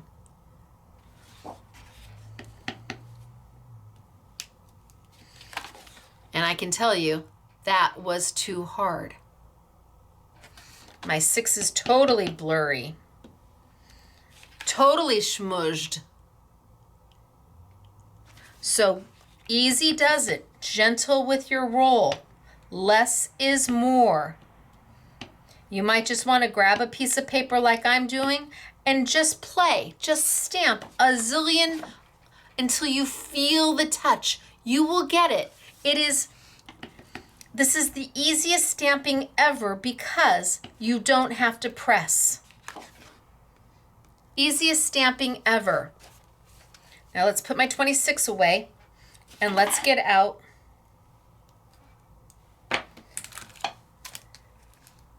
my Sunday, Monday, Tuesday, Wednesday, Thursday, Friday, which is this piece right here.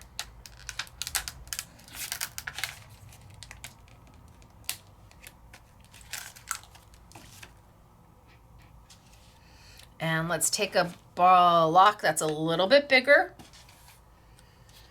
and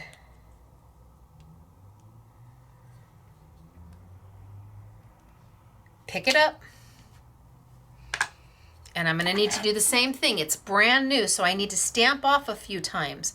But again, less is more. Perfect.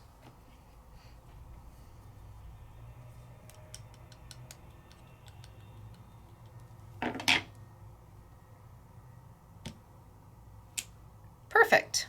Let's change up our color. Let's do purple.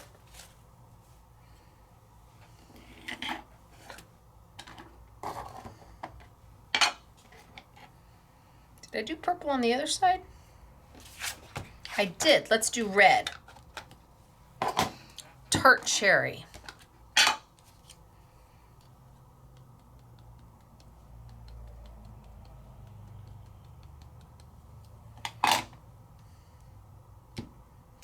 Perfect.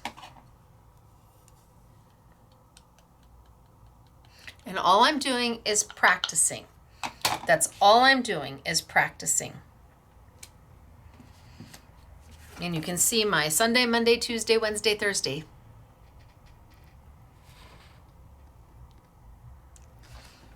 So we've talked about the months of the year, the numbers, the Sunday, Monday, Tuesday, Wednesday, Thursday.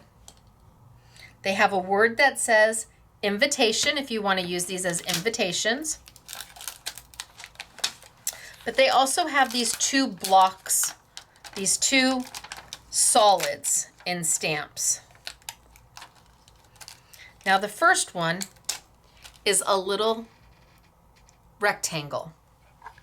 Look familiar? It is the same size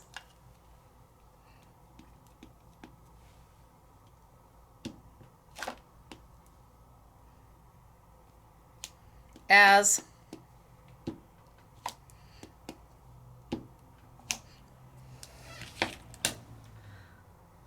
the die, so that it will fit right in.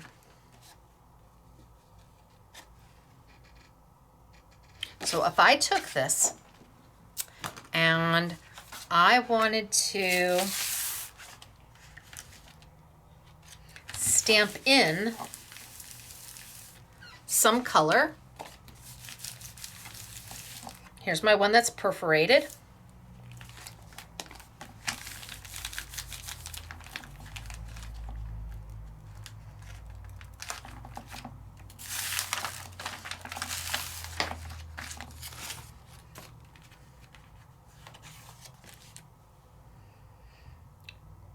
Remember that they're supposed to be, the rectangles are supposed to be vertically elongated. I could come in and I could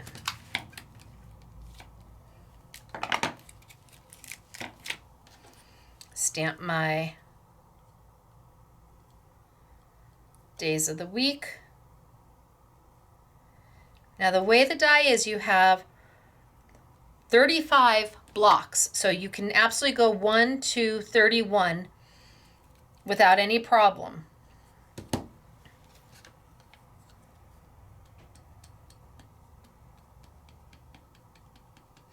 If you stamp inside and you want to do all your numbers, you're going to be short. 1, 2, 3, 4, 5, 6, 7. 1, 2, 3, 4. So 28. So you're going to be good for February if you do that. So if you want to use if you want this to be an actual calendar, you need to have your days of the week on the top. If you're going to use this as a birthday card or a Christmas card, you can have them inside because you're just going to highlight one day. So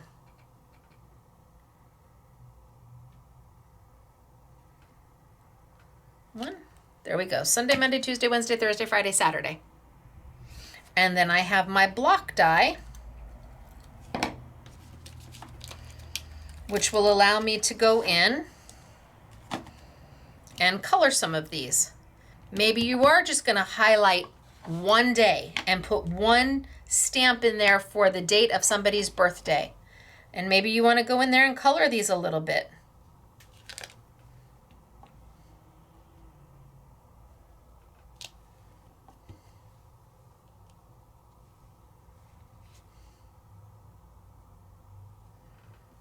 It is a perfect fit.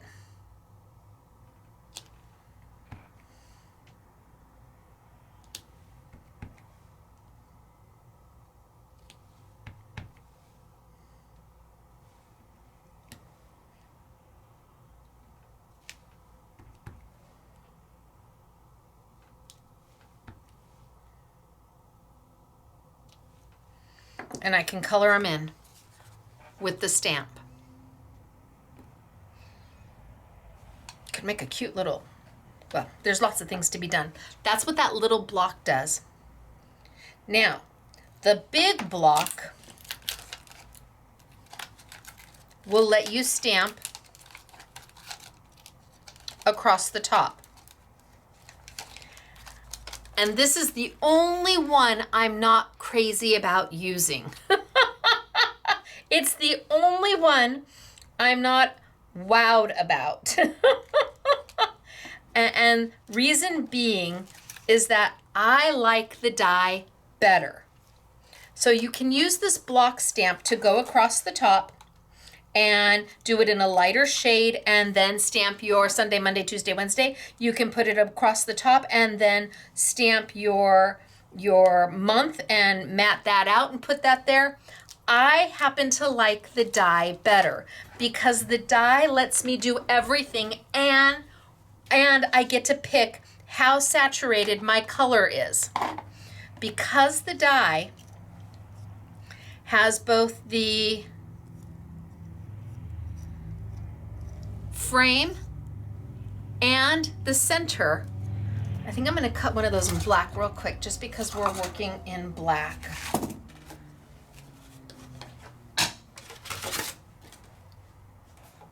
I'm just going to cut it really fast in black since we're sitting here with a black right there.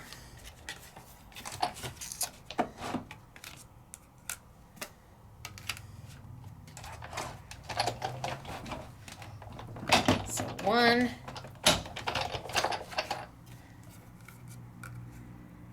and 2. That'll give me 2 to play with.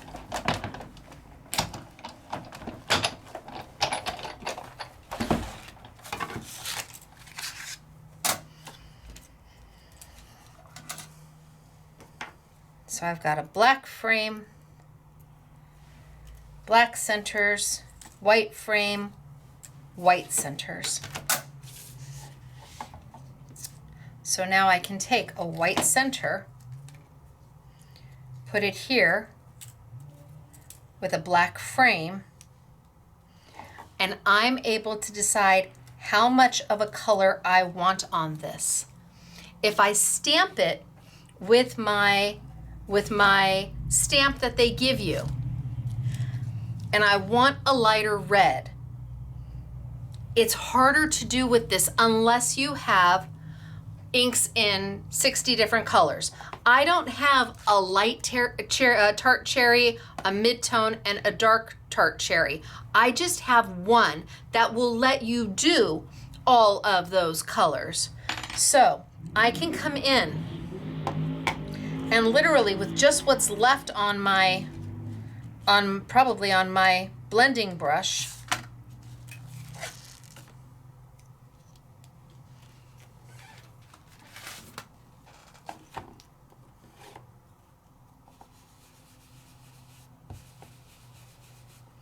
I can come in and ink it up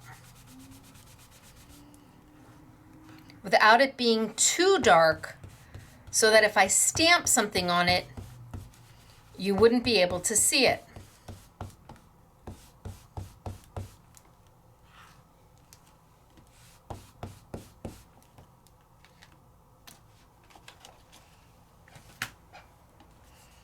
So now I can put it there, and I can put my black around it, and I can stamp the month if I want. I could have used this to stamp my weekdays if I want. I like using the paper instead. I have what I feel like is more control over the color. Maybe I'm wrong. Well, probably because I don't do my inks in 60 different colors. You don't need to have a dark and a light and a mid-tone. You're going to get it all with one ink. And so maybe I darken up the sides just a little bit to add a little bit of definition.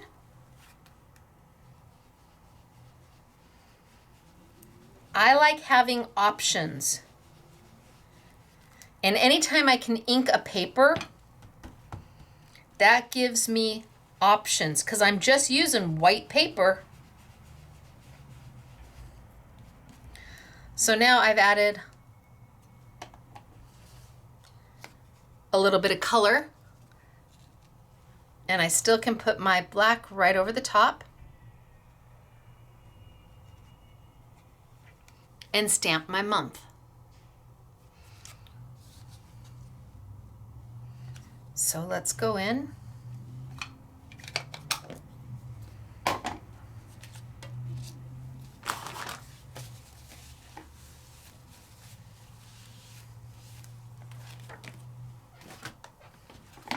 And let's stamp a month. And I'm going to stamp the month. I can either do it in red or I can do it in black.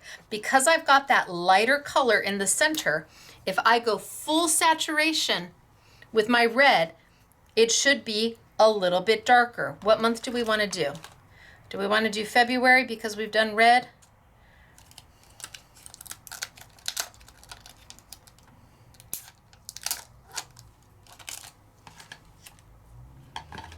My little block. Now I'm going to stamp off because I don't want my first stamp to be on my project. And that way I can see how dark can I get my tart cherry.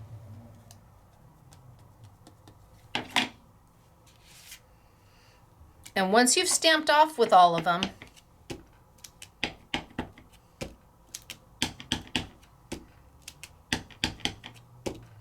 you're good to go. Do I think that's going to be dark enough? I don't know. We'll see. If I don't like it, I'll do it again.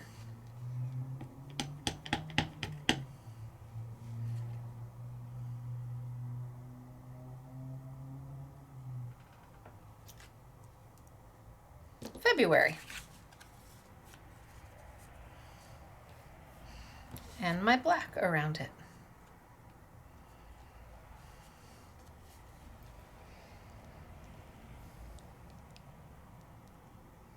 And then I could come back in. And my mom's birthday was the 20th. February 20th was my mom's birthday.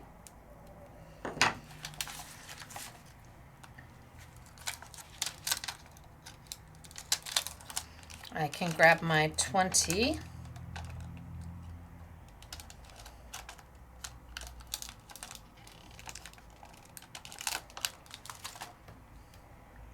Put it on my block. Come in.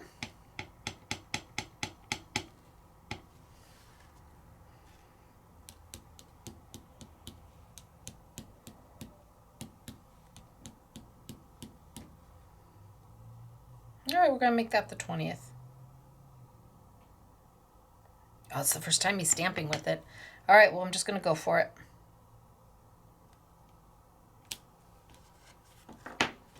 So now I've got February 20th.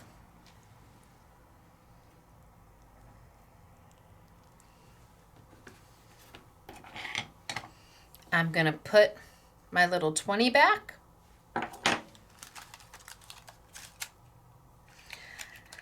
The usefulness of the stamp set and the die and the stencil on their own is amazing. The usefulness of them together is beyond. Take my sticky dots. I got my finger in it. Of course I did. We'll just cover that up.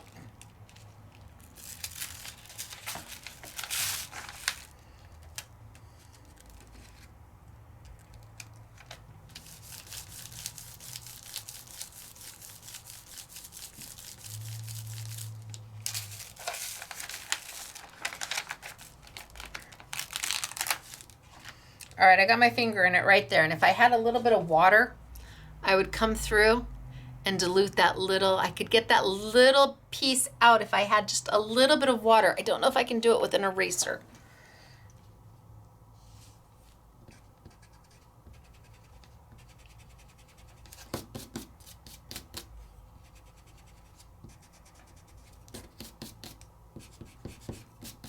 Not so much. I need a little bit of water. Oops, sorry about that, guys. Let's put my February on.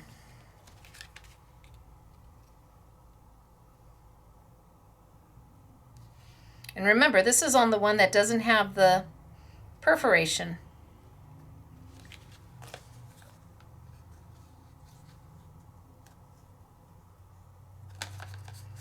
And then let's do my frame.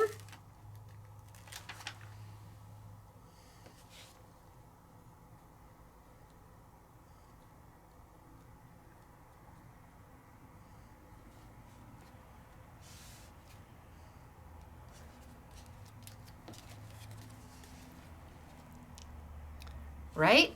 And then I've got these little icons. Little icons. Look at the little arrows. I think the arrows are cute.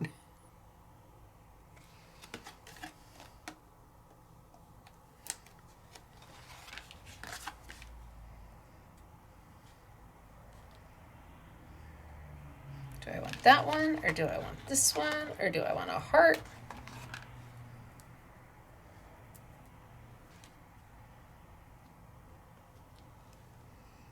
Oh, that's cute.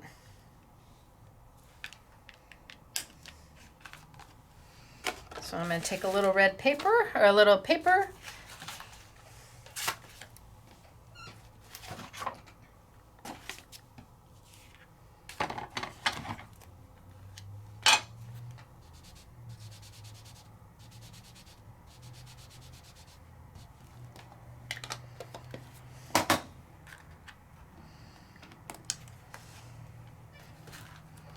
Die cut out my little arrow.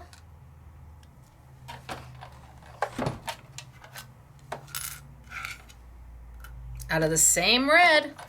I'm just using my ink to make everything.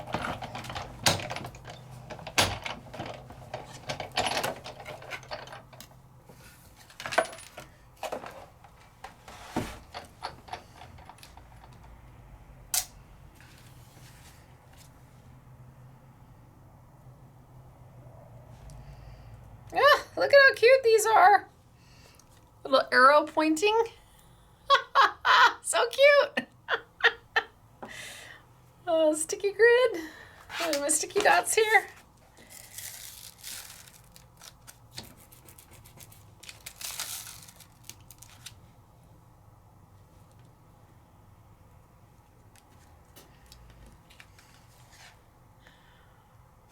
Right now I could edge this in my red. I could take the larger die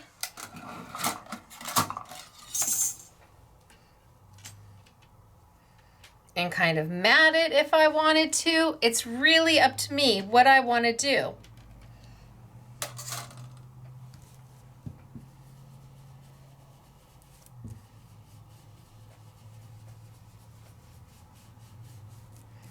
Just edge it a little bit with my tart cherry. Now I didn't add any ink. I'm just using ink, residual ink that was already on my blending brush. Because all I want to do is add just a little bit of color.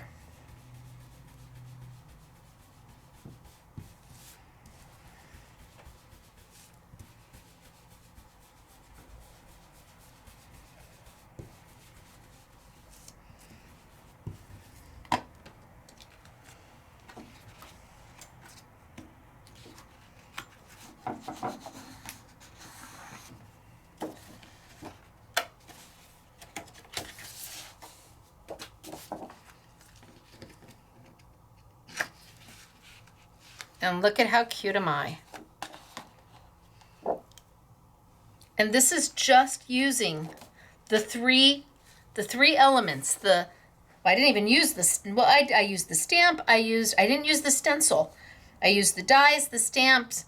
Easy and so effective. Can you imagine doing 12 cards, one each month, and just having them all kind of a birthday card, so that somebody else could then send them to their friends and their families.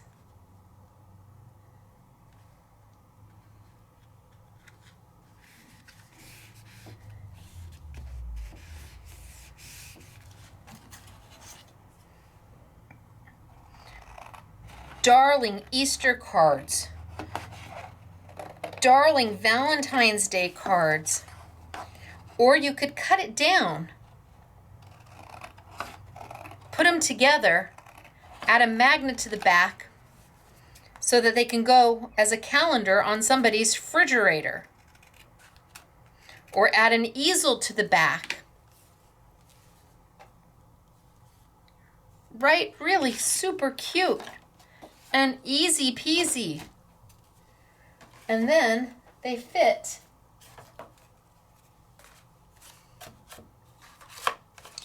right into the large.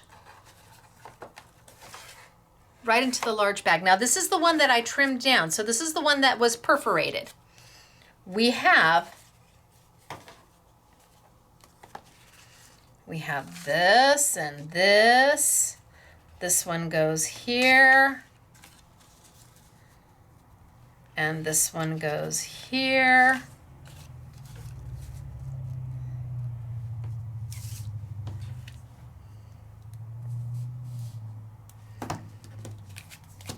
So this one was done with the stencil.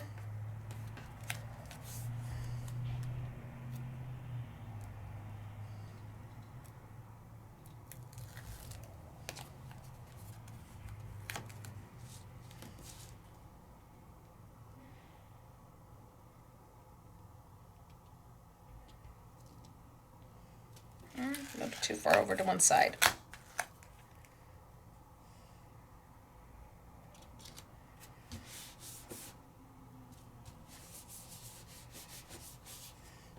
And this one can go here.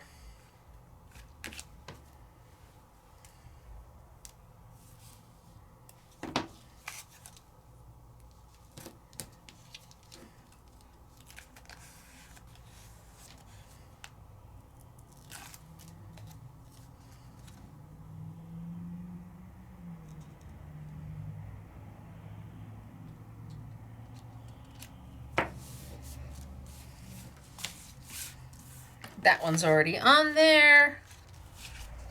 This one's already on there. This one can go here. And then we start to decorate.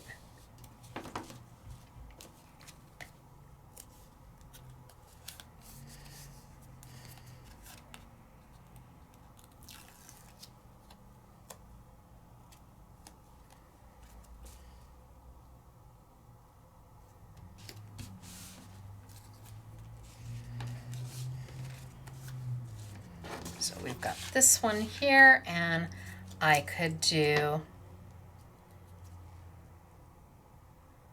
the days of the week in blue. I could stamp the month up above.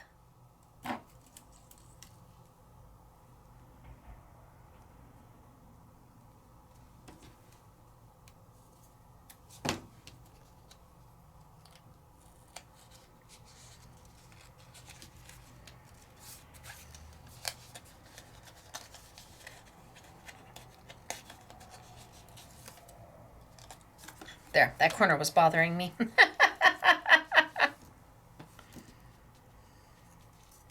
I could take a piece of white paper and bring over my blue. All those scratch pieces you have.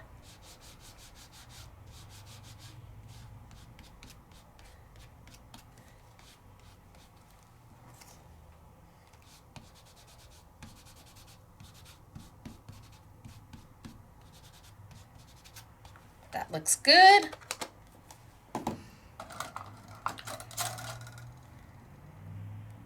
Oh, by the hair of a chinny chin chin, that's all I need.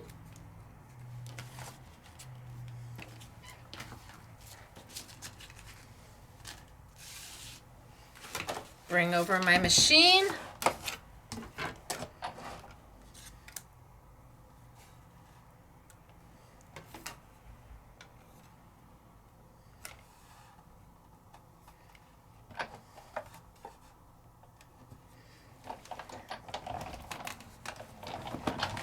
Now I could stamp this with a Versamark and emboss my month,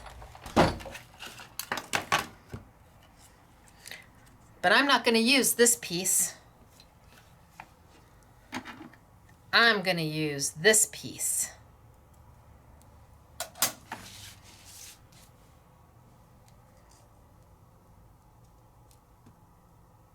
And I can just stamp my month right inside, unless I want to add a little bit of blue, and I can, but everything's going to match.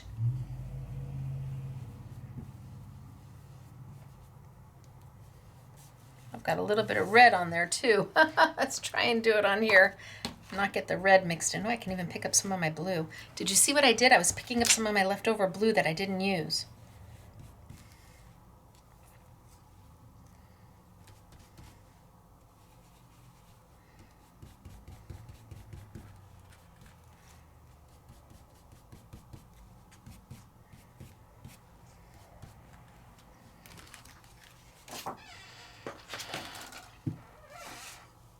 So now I've got that for there. Look at how cute is this gonna be. Oh my gosh, I love the colors. I do, I do.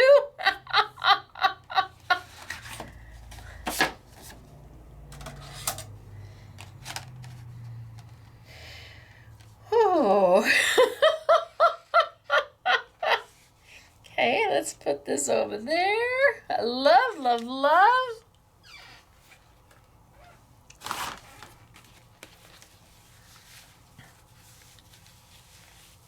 You had to see each thing individually so then you can see how they come together. I think that was important. You had to see each component all by itself.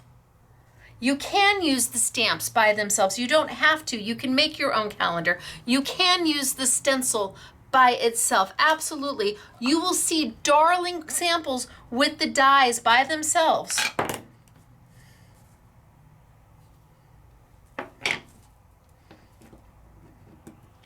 I'm just going to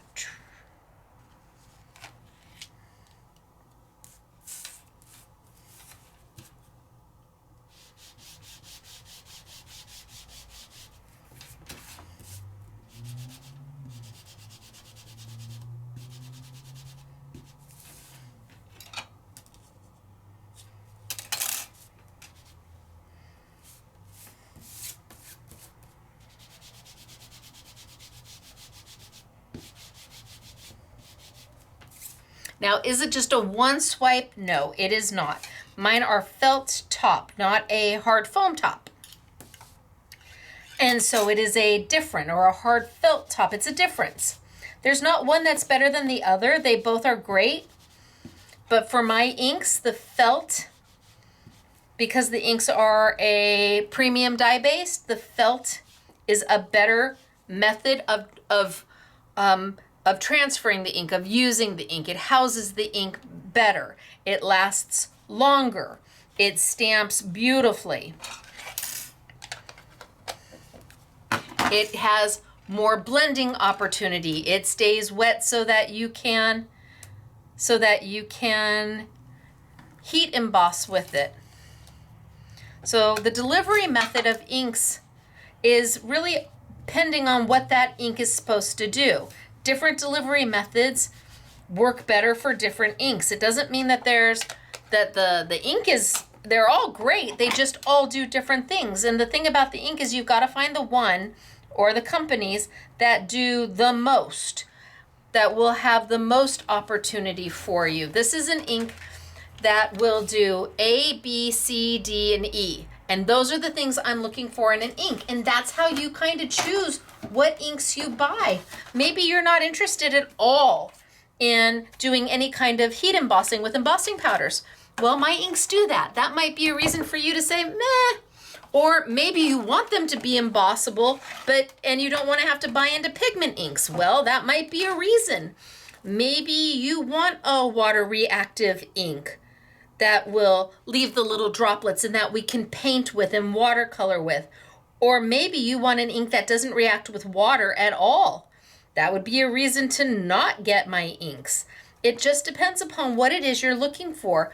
And there are different qualities of inks, there are. But for the most part, all the reputable manufacturers that you would buy from, their inks are good. There's nothing wrong with them. They're just, everybody's is formulated a little differently, and you just have to find what it is you want it to do. And once you know that, and yes, you can mix and match, absolutely. A dye-based ink can be mixed and matched with other dye-based inks, sure. Sometimes you're buying for the color. You need a specific color for something.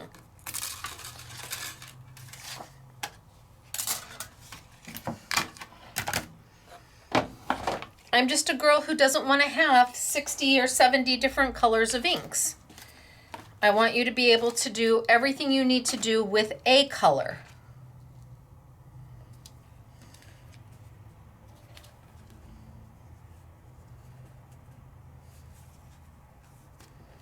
Okay, so I'm going to put these down.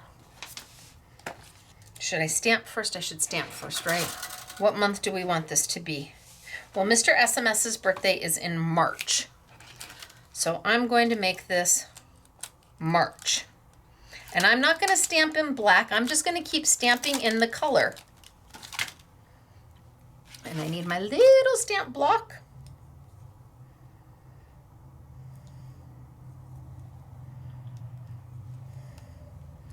March.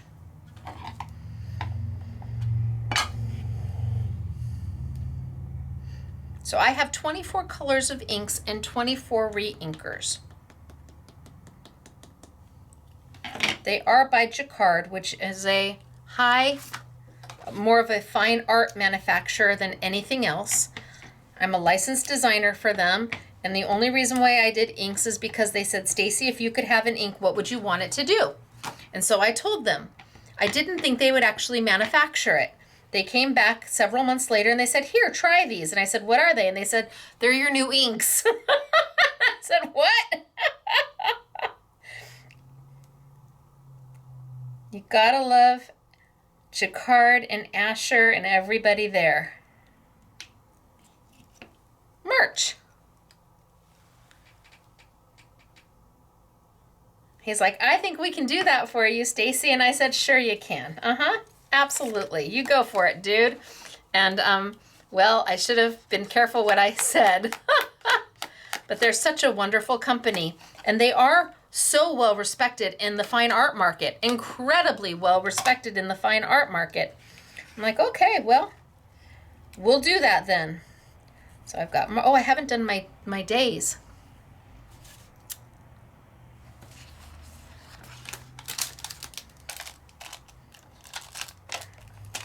And I'm just going to keep in my blue.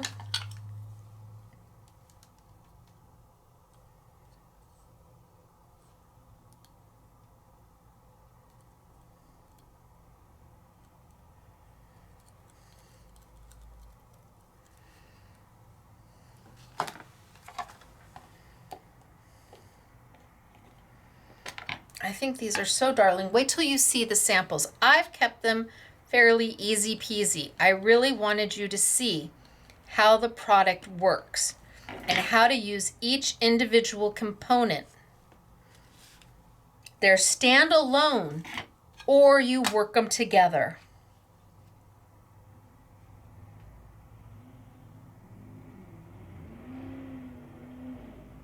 Every time I look at this, I hear the happy days. Sunday, Monday. Oh, I can't sing that. I'll get in trouble. So there are the days of my week.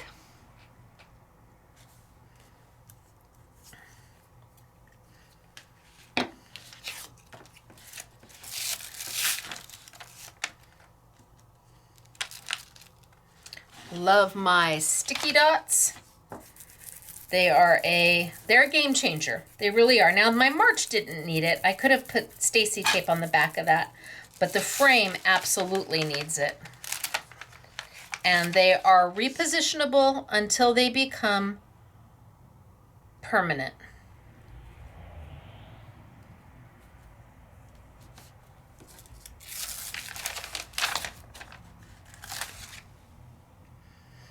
And while the girls, they used all the paper,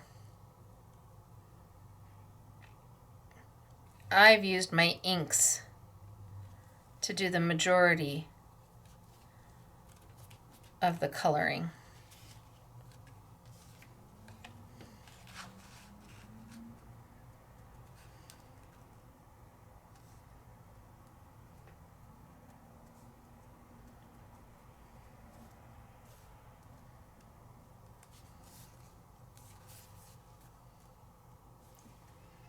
And then I could take those icons, because it's Michael, I can do the cute little heart. And I think it's too big it's too big for this too. Yep, too big.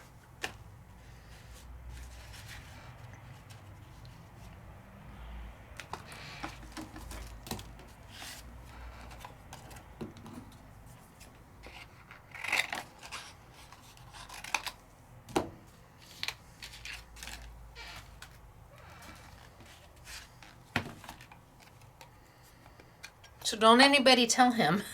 This is his birthday card.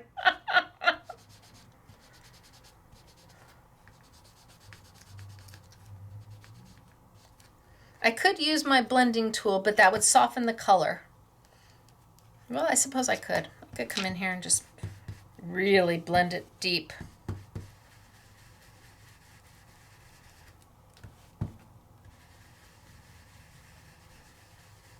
And that would use less ink if I used my blending tool.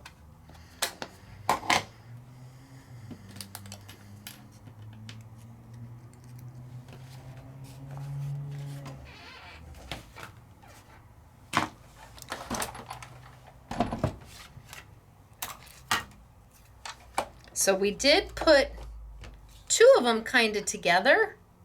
Oh, this is... I'm just going to shove this all the way up to the top because I'm only going to roll it through enough to do that heart.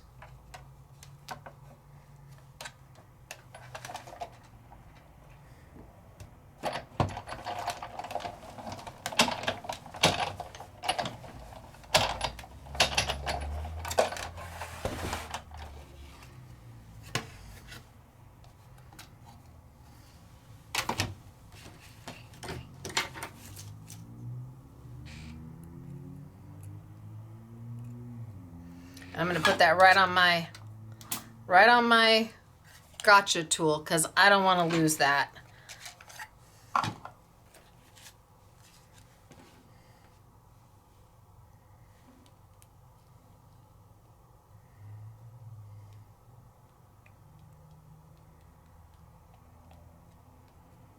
I don't know exactly where the 12th is. Should I grab my phone and look?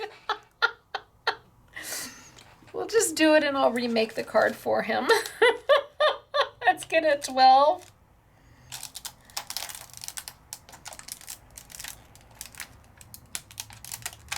And let's put my March away.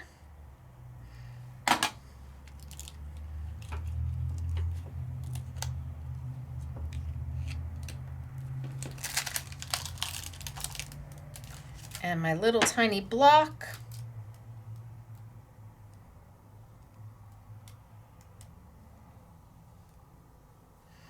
And my 12. Let's stamp off just once or twice, just so I know I've got a really good impression. I'm not even going to use my gush. I'm just going to go for it. And I'm just going to guess.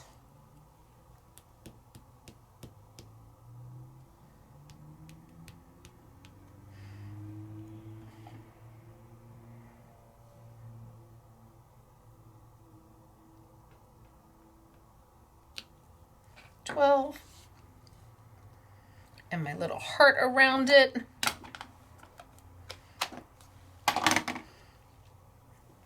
And then we can close everything up, finish it off. So some sticky dots on my heart.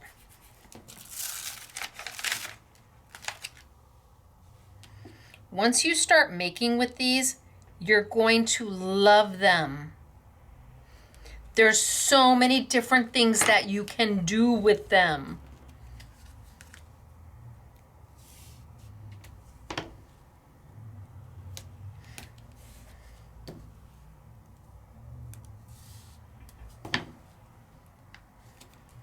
Whether you're making a tablet that they can tear the months off of because it's got that perforation, you're making a card, you're making a layout, you're making a journal for somebody. What a cute journal. Just the die cuts with the perforation, and you ink the edges of each page and make somebody a journal. Just doing that. It's darling. You don't have to make a calendar at all.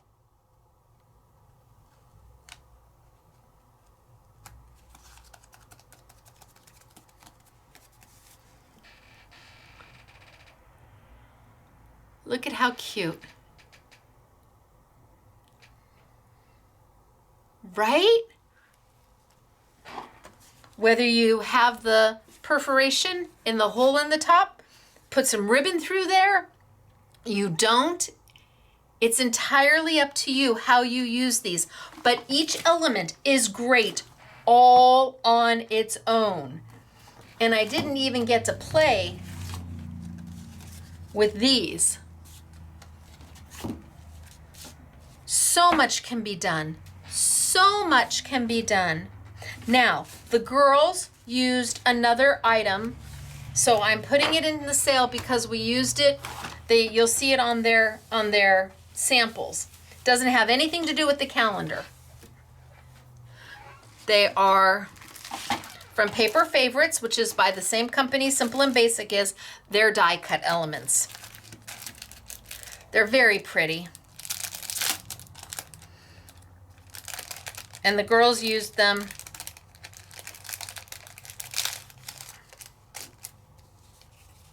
as decoration. I mean, they really are just very, very pretty. All die cut out, ready to use. We have 4 different types. They're beautiful. And if you're saying, well, I'm not crazy about the white around them. Okay, you can get rid of the white.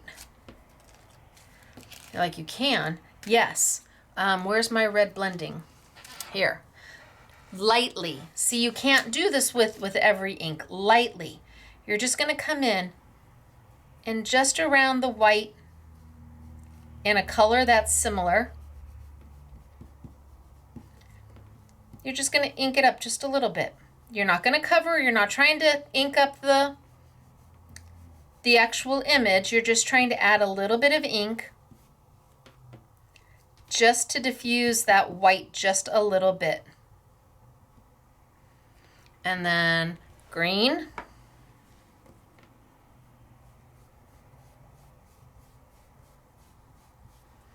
You're just trying to diffuse that white just a little bit so it's not so stark.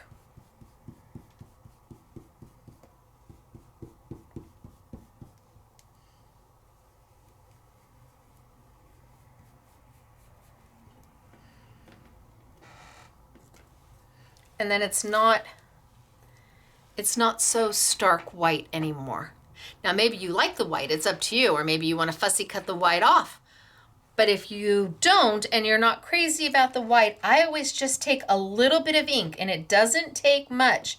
Use what's on your blending brushes. And go in there and just on the white, just to take that white away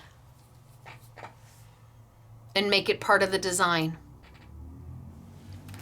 Love the tulips. The tulips are beautiful. They're absolutely gorgeous.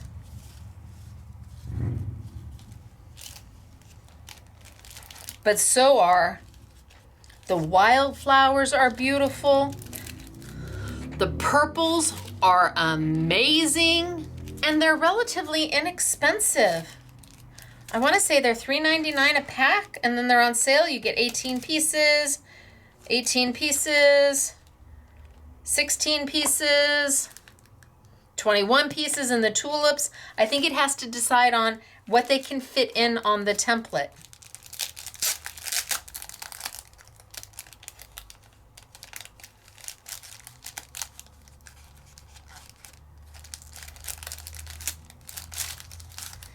And the sizing of them is lovely. They're perfect for your layouts. They're perfect for your cards.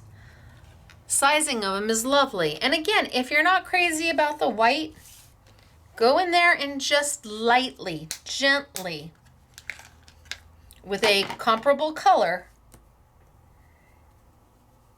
just go around the edges a little bit. Not trying to go over the actual image with my color, And if it gets on my image, that's fine. I'm just not doing the whole thing. All I'm trying to do is soften that white out. And I'm using ink that's already on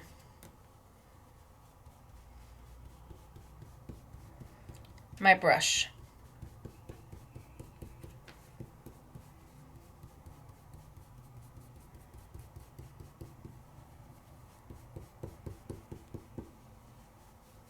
And I just want to kind of soften it out.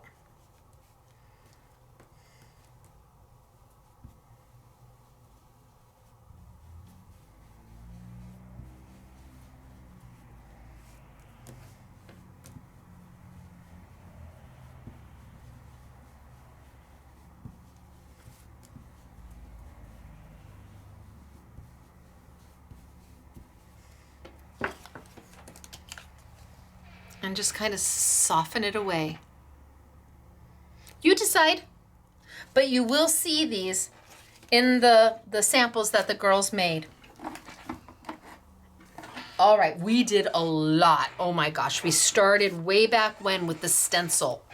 And we stenciled, and we embossed, and we sanded, and you had 2 sides to choose from. So pretty. And then we die cut, and oh, where did I put them? Well, they were here. All those samples I did that I didn't get to make anything with. All right, well, we'll find them. Oh, here. So we did the die cutting, where we did the frame and the center and the blocks and the entire piece. Here we perforated and tore it off. Here we didn't. We used the little icons.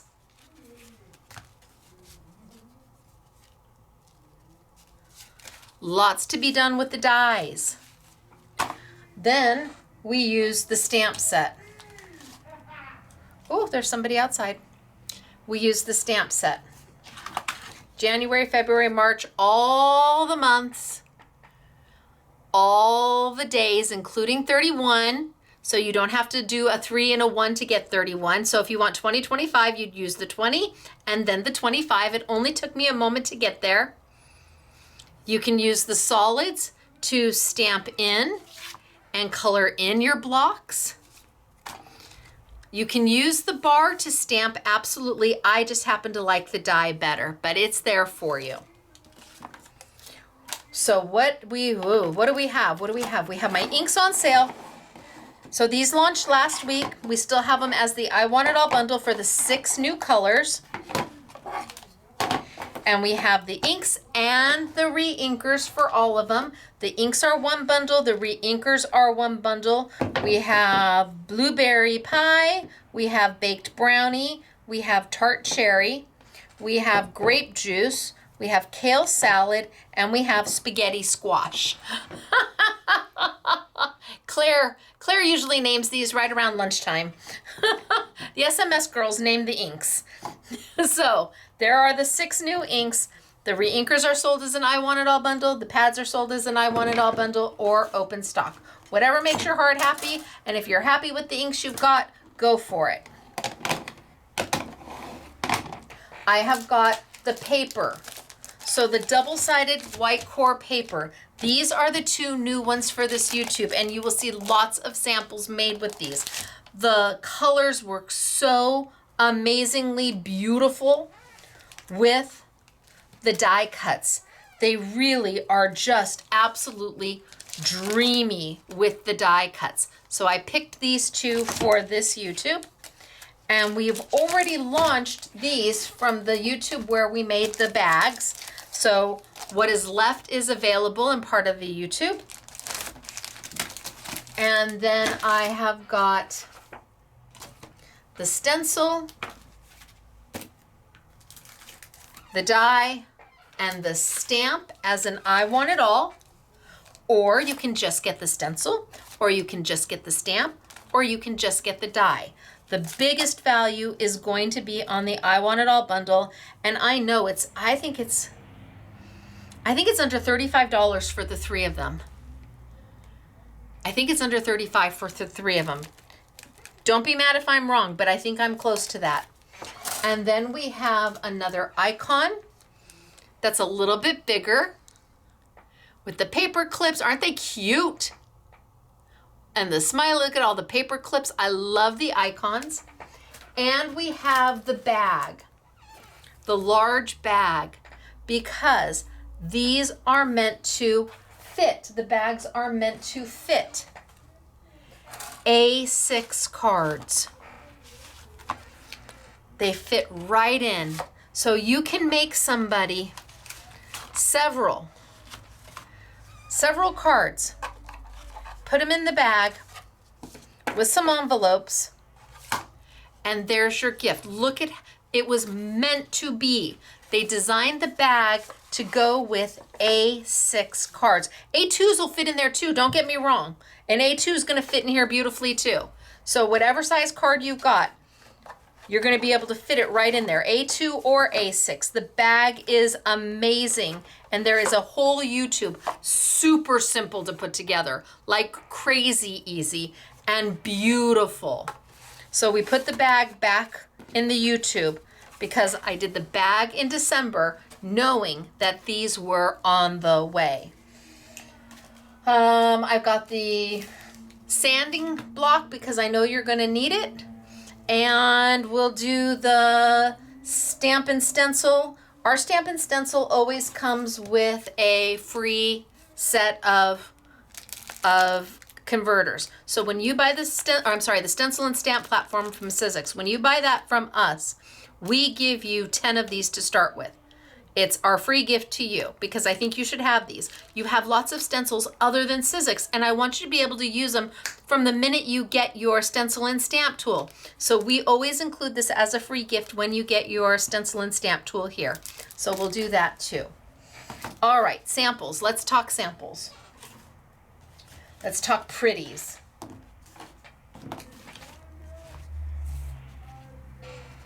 Look at, it's got the little, see, that's the little icon. Isn't that cute?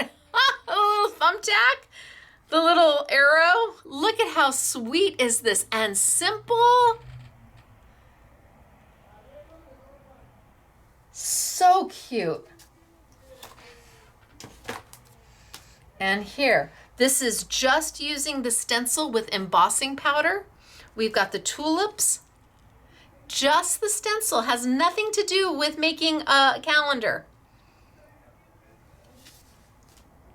Look at this, a wedding in June. Look at how beautiful is this. And then open it. Oh, and she's got the sentiment from Katie Sue. The peelable sentiments from Katie Sue. This is Gail. So who did this one? Patty did this one. I love this Patty with the embossing powder. Yum. Gail did this one. Look at, for a wedding card. How, and see, this is that paper. This is the paper. It's beautiful. And here, look at. So the stencil in the background, and then the little icon, the little clip icon, and a bunch of dates, and the 14th is circled with February in the middle. Which do you like better? You get to do both. Memorial Day. This is also by Gail. Look at this. You've got you've got the date over here, Memorial Day. What a great card. The little icon up here. Love the colors. Love it. This is a wonderful gift to somebody. Oh, January. Nope, wait. Happy Mother's Day. I've got May going on. And this is also Gail. I sent Gail home with some of these to work on over the holiday. See, look at, aren't those beautiful? Those are the die cuts. Here she's got the die, she's got the frame, she's stamped right on the paper. Happy Mother's Day. And then again, you've got the sentiments from Katie Sue, the peelables. So isn't that beautiful with these? They're just lovely. It makes a great card. It really does. Oh, this one's pretty. Mary, this is beautiful. Okay, so Mary took this paper and she put the stencil on top of it, and she used the new ink, grape juice. So she used this paper, put the stencil on top, stenciled it with grape juice to get this background, and then took the calendar blocks, cut them twice, and look at how beautiful is that, right? And it has nothing to do with a calendar at all. Ooh, who made this one? Catherine. Oh, open me. Okay, I will. Look at this. This is gorgeous. And again, there's those flowers, and she just misted and inked and sprayed. Aw. Here's to a wonderful year. Oh. Oh my God, I'm gonna cry.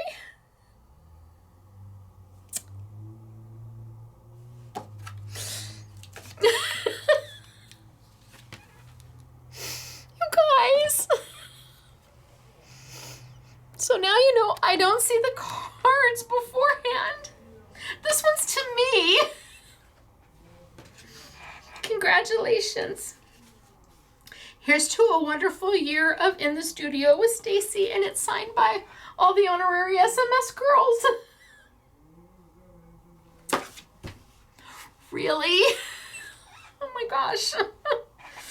Okay, thank you. Sorry. I had no idea.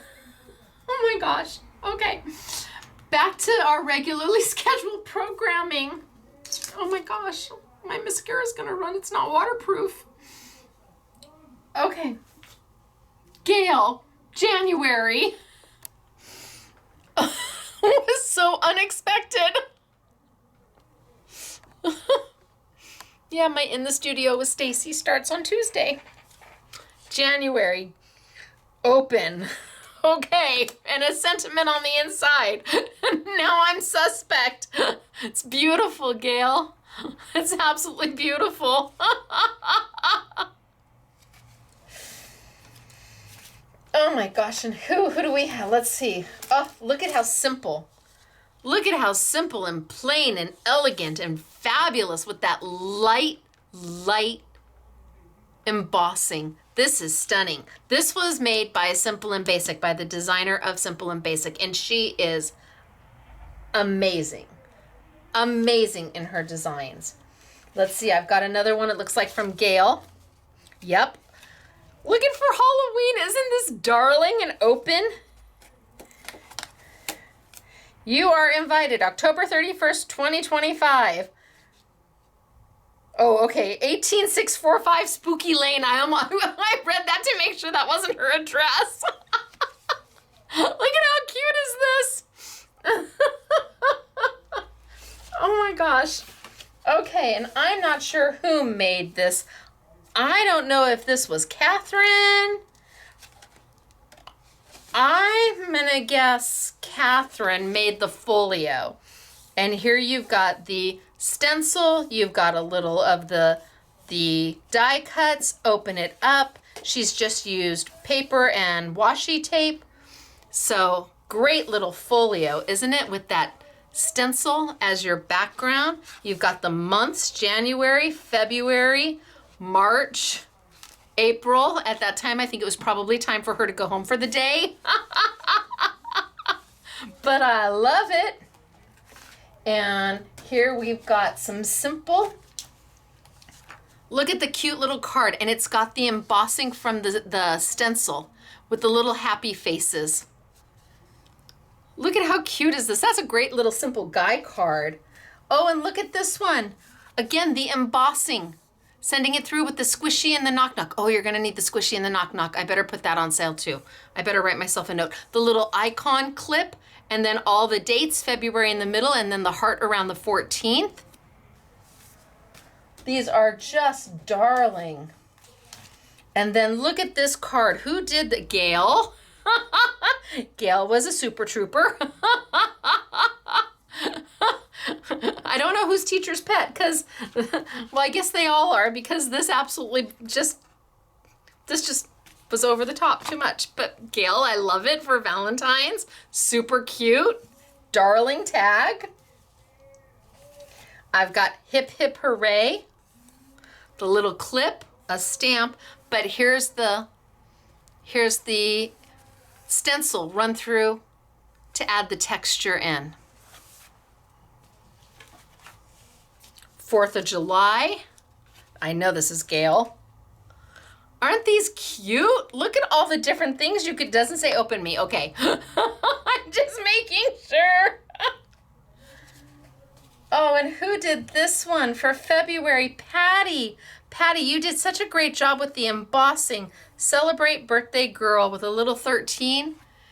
So that stencil used again as the embossing. I love that. Oh, and then this was done by the creator of Simple and Basic. She made this one.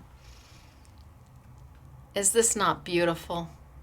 She's so talented. See, she pieced back in some of the fallouts. Look at how beautiful. Invitation for June. Somebody's wedding date. It's lovely. Lovely. Hooray, hooray, hooray. Oh my gosh, I love the little icons. And again, using that stencil as an embossing element. And then happy birthday to you all. This one was by Patty. Cute, right? And then just to remind you, some of the bags that we did back in December.